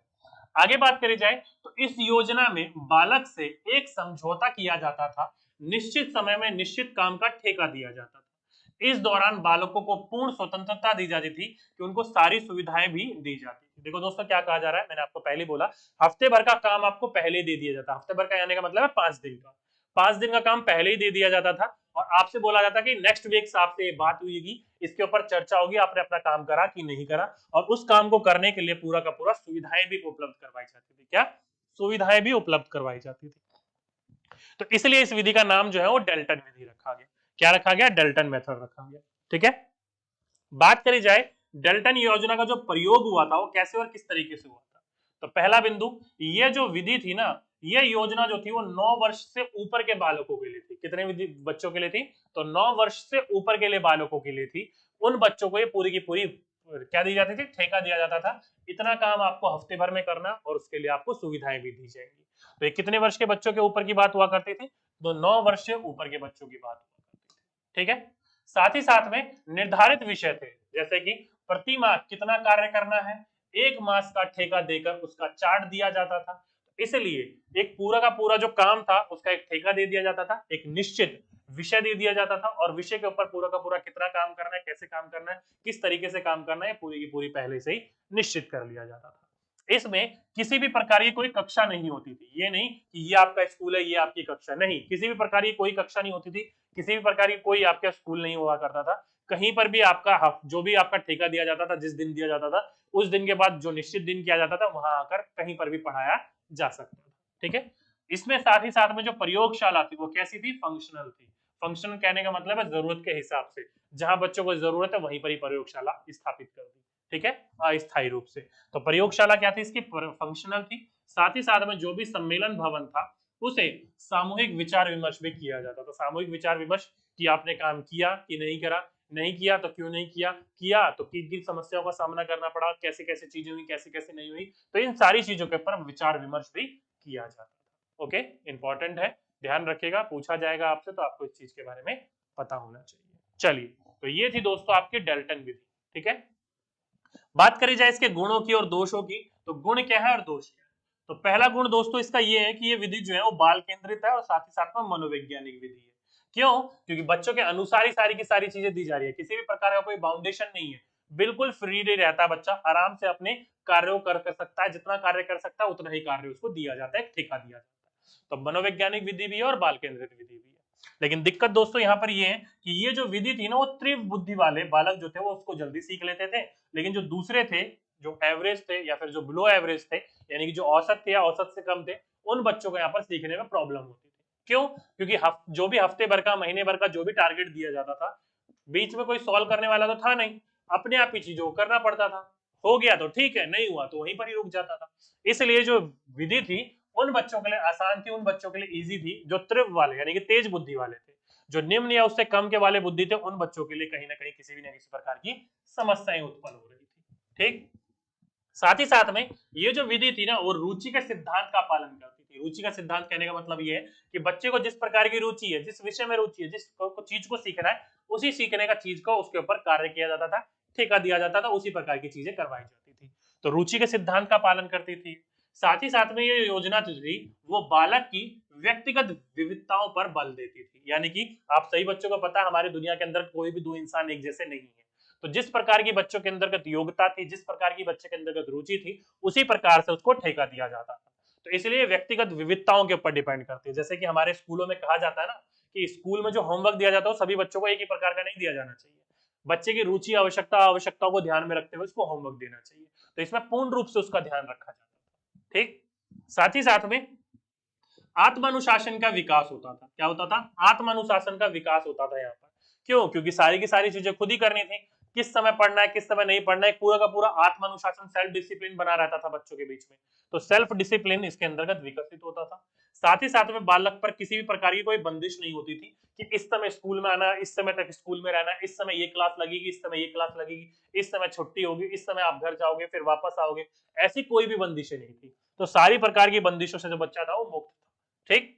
साथ ही साथ में बच्चा जो था वो सारी की सारी चीजें खुद ही अध्ययन कर रहा था। तो स्व अध्ययन की जो सेल्फ स्टडी के अंतर्गत जो उसकी क्षमता थी वो विकसित हो रही थी।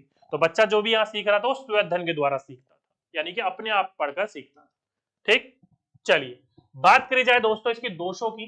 तो दोष में दोस्तों सबसे बड़ा दोष जो था ये कम आयु के बच्चों के लिए अनुपयुक्त थी। जैसे कि 9 वर्ष के बच्चों से ऊपर की थी, उससे नीचे वाले बच्चों के लिए अनुपयुक्त थी, यानी कि इस्तेमाल नहीं हो सकता था इसका। ठीक। साथ ही साथ में अनुशासन की समस्या रहती थी, क्योंकि दोस्तों अभी अभी हमने बात करी सेल्फ डिसिप्लिन, लेकिन कितना अगर कोई ध्यान रखने वाला नहीं होगा आपके ऊपर तो आप पता नहीं कितनी चीजों को, कितने नियमों को उल्लंघन करते फिरोगे। ठीक है। इसलिए कहा जाता था सेल्फ डिसिप्लिन तो आता लेकिन कितने को अंतर्गत आएगा। ज्यादातर समस्याएं जो देखने को मिलती थी वो अनुशासन की देखने को मिलती थी। ठीक है। साथ ही साथ में शिक्षा का जो काम था, किसका, टीचर का जो काम था वो बढ़ जाता था, क्योंकि एक ही बार में हफ्ते भर का, एक ही बार में महीने भर का काम देखना पड़ता था। तो शिक्षक को जो डेली डेली काम हो सकता था वो एक ही दिन में करना होता था। तो इसलिए यहाँ पर शिक्षक का जो काम था वो बढ़ जाता था। तो ये जो थे इसके दोष थे, ये क्या थे इसके गुण थे। चलिए जल्दी से मुझे बताइए समझ में आया कि नहीं आया, या फिर आपको किसी प्रकार की कोई समस्या है। और आज के लिए दोस्तों इतना ही रहने दे, आगे भी कर ही ले। चलिए कर ही लेते, खत्म ही कर देते हैं। ठीक है। चलिए तो नेक्स्ट विधि आ जाती है दोस्तों क्षेत्रीय शिक्षण विधि, रीजनल मेथड। पहली बात, जनक कौन थे? तो दोस्तों ध्यान रखिएगा ए.जे. हर्बर्टसन जो थे वो इसके जनक माने जाते हैं। क्या माने जाते हैं? इसके जनक माने जाते हैं। ठीक। साथ ही साथ में ये जो विधि है वो भूगोल विषय के लिए बहुत उपयोगी है। किस विषय के लिए? भूगोल विधि के लिए बहुत ही विषय उपयोगी है, क्योंकि दोस्तों सीधी सीधी बात है, क्षेत्रीय शिक्षण विधि क्या है? क्षेत्रीय शिक्षण विधि। फॉर एग्जाम्पल के रूप में मानकर चलो किसी प्रकार की चीजें सिखानी है, मान लो आपको जो स्ट्रक्चर है हमारा, जो हमारा वातावरण है उस चीज के बारे में सिखाना है। तो उसको सिखाने के लिए आप, जैसे कि प्रदूषण के बारे में सिखाना है, तो किसी ऐसी नदी के पास ले गए, ऐसे जगह ले गए जहां प्रदूषित फैल रहा हो, किस कारण फैल रहा हो, चीजों के बारे में बताने के लिए ले गए। तो ज्योग्राफी विषय को पढ़ाने के लिए बहुत ज्यादा उपयोगी है। क्या है? ज्योग्राफी विषय को पढ़ाने के लिए बहुत उपयोगी है। साथ ही साथ में इस विधि में अध्यापक जो होता है वो छात्रों को संबंधित क्षेत्र में ले जाकर सिखाता है। जैसे कि मैंने अभी अभी आपको बताया कि प्रदूषण वाले क्षेत्र में, या फिर बायोडाइवर्सिटी वाले क्षेत्र में, या फिर किसी पार्क में, या किसी जू में, या किसी ऐतिहासिक जगह पर ले जाकर ऐसी जगहों पर बच्चों को सिखाया जाता है और रियल लाइफ नॉलेज या फिर उसकी समझ विकसित करी जाती है। ठीक है। तो इसलिए कहा जाता है ये विषय जो है, ये जो विधि है वो भूगोल विषय के लिए बहुत ज्यादा महत्वपूर्ण रोल निभाती है। ठीक। अगली विधि है और लास्ट विधि अपनी खोज विधि। क्या है? Discovery method. किसने दिया था? तो जे.एस. ब्यूनर जो थे उनके द्वारा ये विधि दी गई थी। क्या कहा जाता? तो पहली बात, ये विधि जो है वो इतिहास विषय के लिए बहुत ही इंपॉर्टेंट है। किसके लिए? इतिहास के लिए, हिस्ट्री के जो है उसको पढ़ाने के लिए जो ये विधि है वो बहुत ही ज्यादा इंपॉर्टेंट विधि मानी जाती है, क्योंकि डिस्कवरी है, खोज करनी है सारी की सारी चीजों के लिए, और इतिहास क्या है? खोज करने वाला ही विषय ही है। ठीक। साथ ही साथ में इस विधि में बच्चों को ऐतिहासिक स्थलों के विषयों में जानकारी प्राप्त करवाने के लिए प्रेरित किया जाता है। अब मानकर चलिए पुराने जमाने में किस प्रकार के हमारे डायनासोर थे, किस प्रकार के डायनासोर नहीं थे, तो उसके लिए हम अलग अलग प्रकार की खोज वगैरह करते थे ना, अलग अलग प्रकार की चीजें वगैरह करते थे। तो इसलिए जो विधि है वो हमारे ऐतिहासिक स्थलों के खोज के बारे में, ऐतिहासिक स्थलों को जांच के बारे में, इन चीजों के ऊपर पूरे के पूरे डिपेंड है। इसलिए कहा जाता है कि ये विधि जो है इतिहास को पढ़ाने के लिए, समझाने के लिए बहुत ही इंपॉर्टेंट विधि मानी जाती है। जिसमें इस विधि के अंतर्गत कितने गुण देखने को मिलते हैं? तो 3 विकसित गुण देखने को मिलते हैं। पहला संज्ञानात्मक, दूसरा क्रियात्मक, और तीसरा भावनात्मक। अभी तीनों के तीनों क्या है समझिए। देखिए दोस्तों, पहला संज्ञानात्मक, कि कोई भी चीज है, ऐतिहासिक स्थल, इसकी खोज वगैरह कर रहे हो तो दिमागी रूप से तर्क करोगे, वितर्क करोगे उस चीजों को देखकर के पुराने जमाने में किस किस प्रकार की चीजें देखने को मिलती थी और किस किस प्रकार का इनका इस्तेमाल होता था। तो संज्ञानात्मक आपका दिमागी विकसित हुआ। साथ ही साथ में आपने उसको करा, क्या है? खोज करा, उसको देखा, उसको जांचा, उसको परखा, तो कर रहे हो ना, तो क्रियात्मक विधि है। और पुराने जमाने में आप सभी बच्चों को पता है कि हमारी कैसी कैसी चीजें होती थी, हमारे पूर्वज कैसे रहा करते थे, तो भावनात्मक रूप से बच्चा यहाँ जुड़ता है। तो इन 3 प्रकार के गुणों का बच्चों के अंतर्गत विकसित होता है, यहाँ पर विकास होता है। किस किस का? संज्ञानात्मक का, क्रियात्मक का और भावनात्मक का। ओके, चलिए, तो ये था दोस्तों आपका टॉपिक नंबर 4। कौन सा? Teaching methods. चलिए, टॉपिक नंबर 4 आज हमारा कंप्लीट हो गया। सभी के सभी प्रकार के विषयों के विधियों के बारे में हमने पढ़ लिया, चाहे वो आपके टीचिंग हो, चाहे वो आपके चाइल्ड सेंटर्ड हो। चलिए, समझ में आया कि नहीं आया, जल्दी से बताइए मुझे। चलो भैया, बच्चे भी गायब हो गए, बोर हो गए सारे की सारे इतनी चीजें पढ़ के है।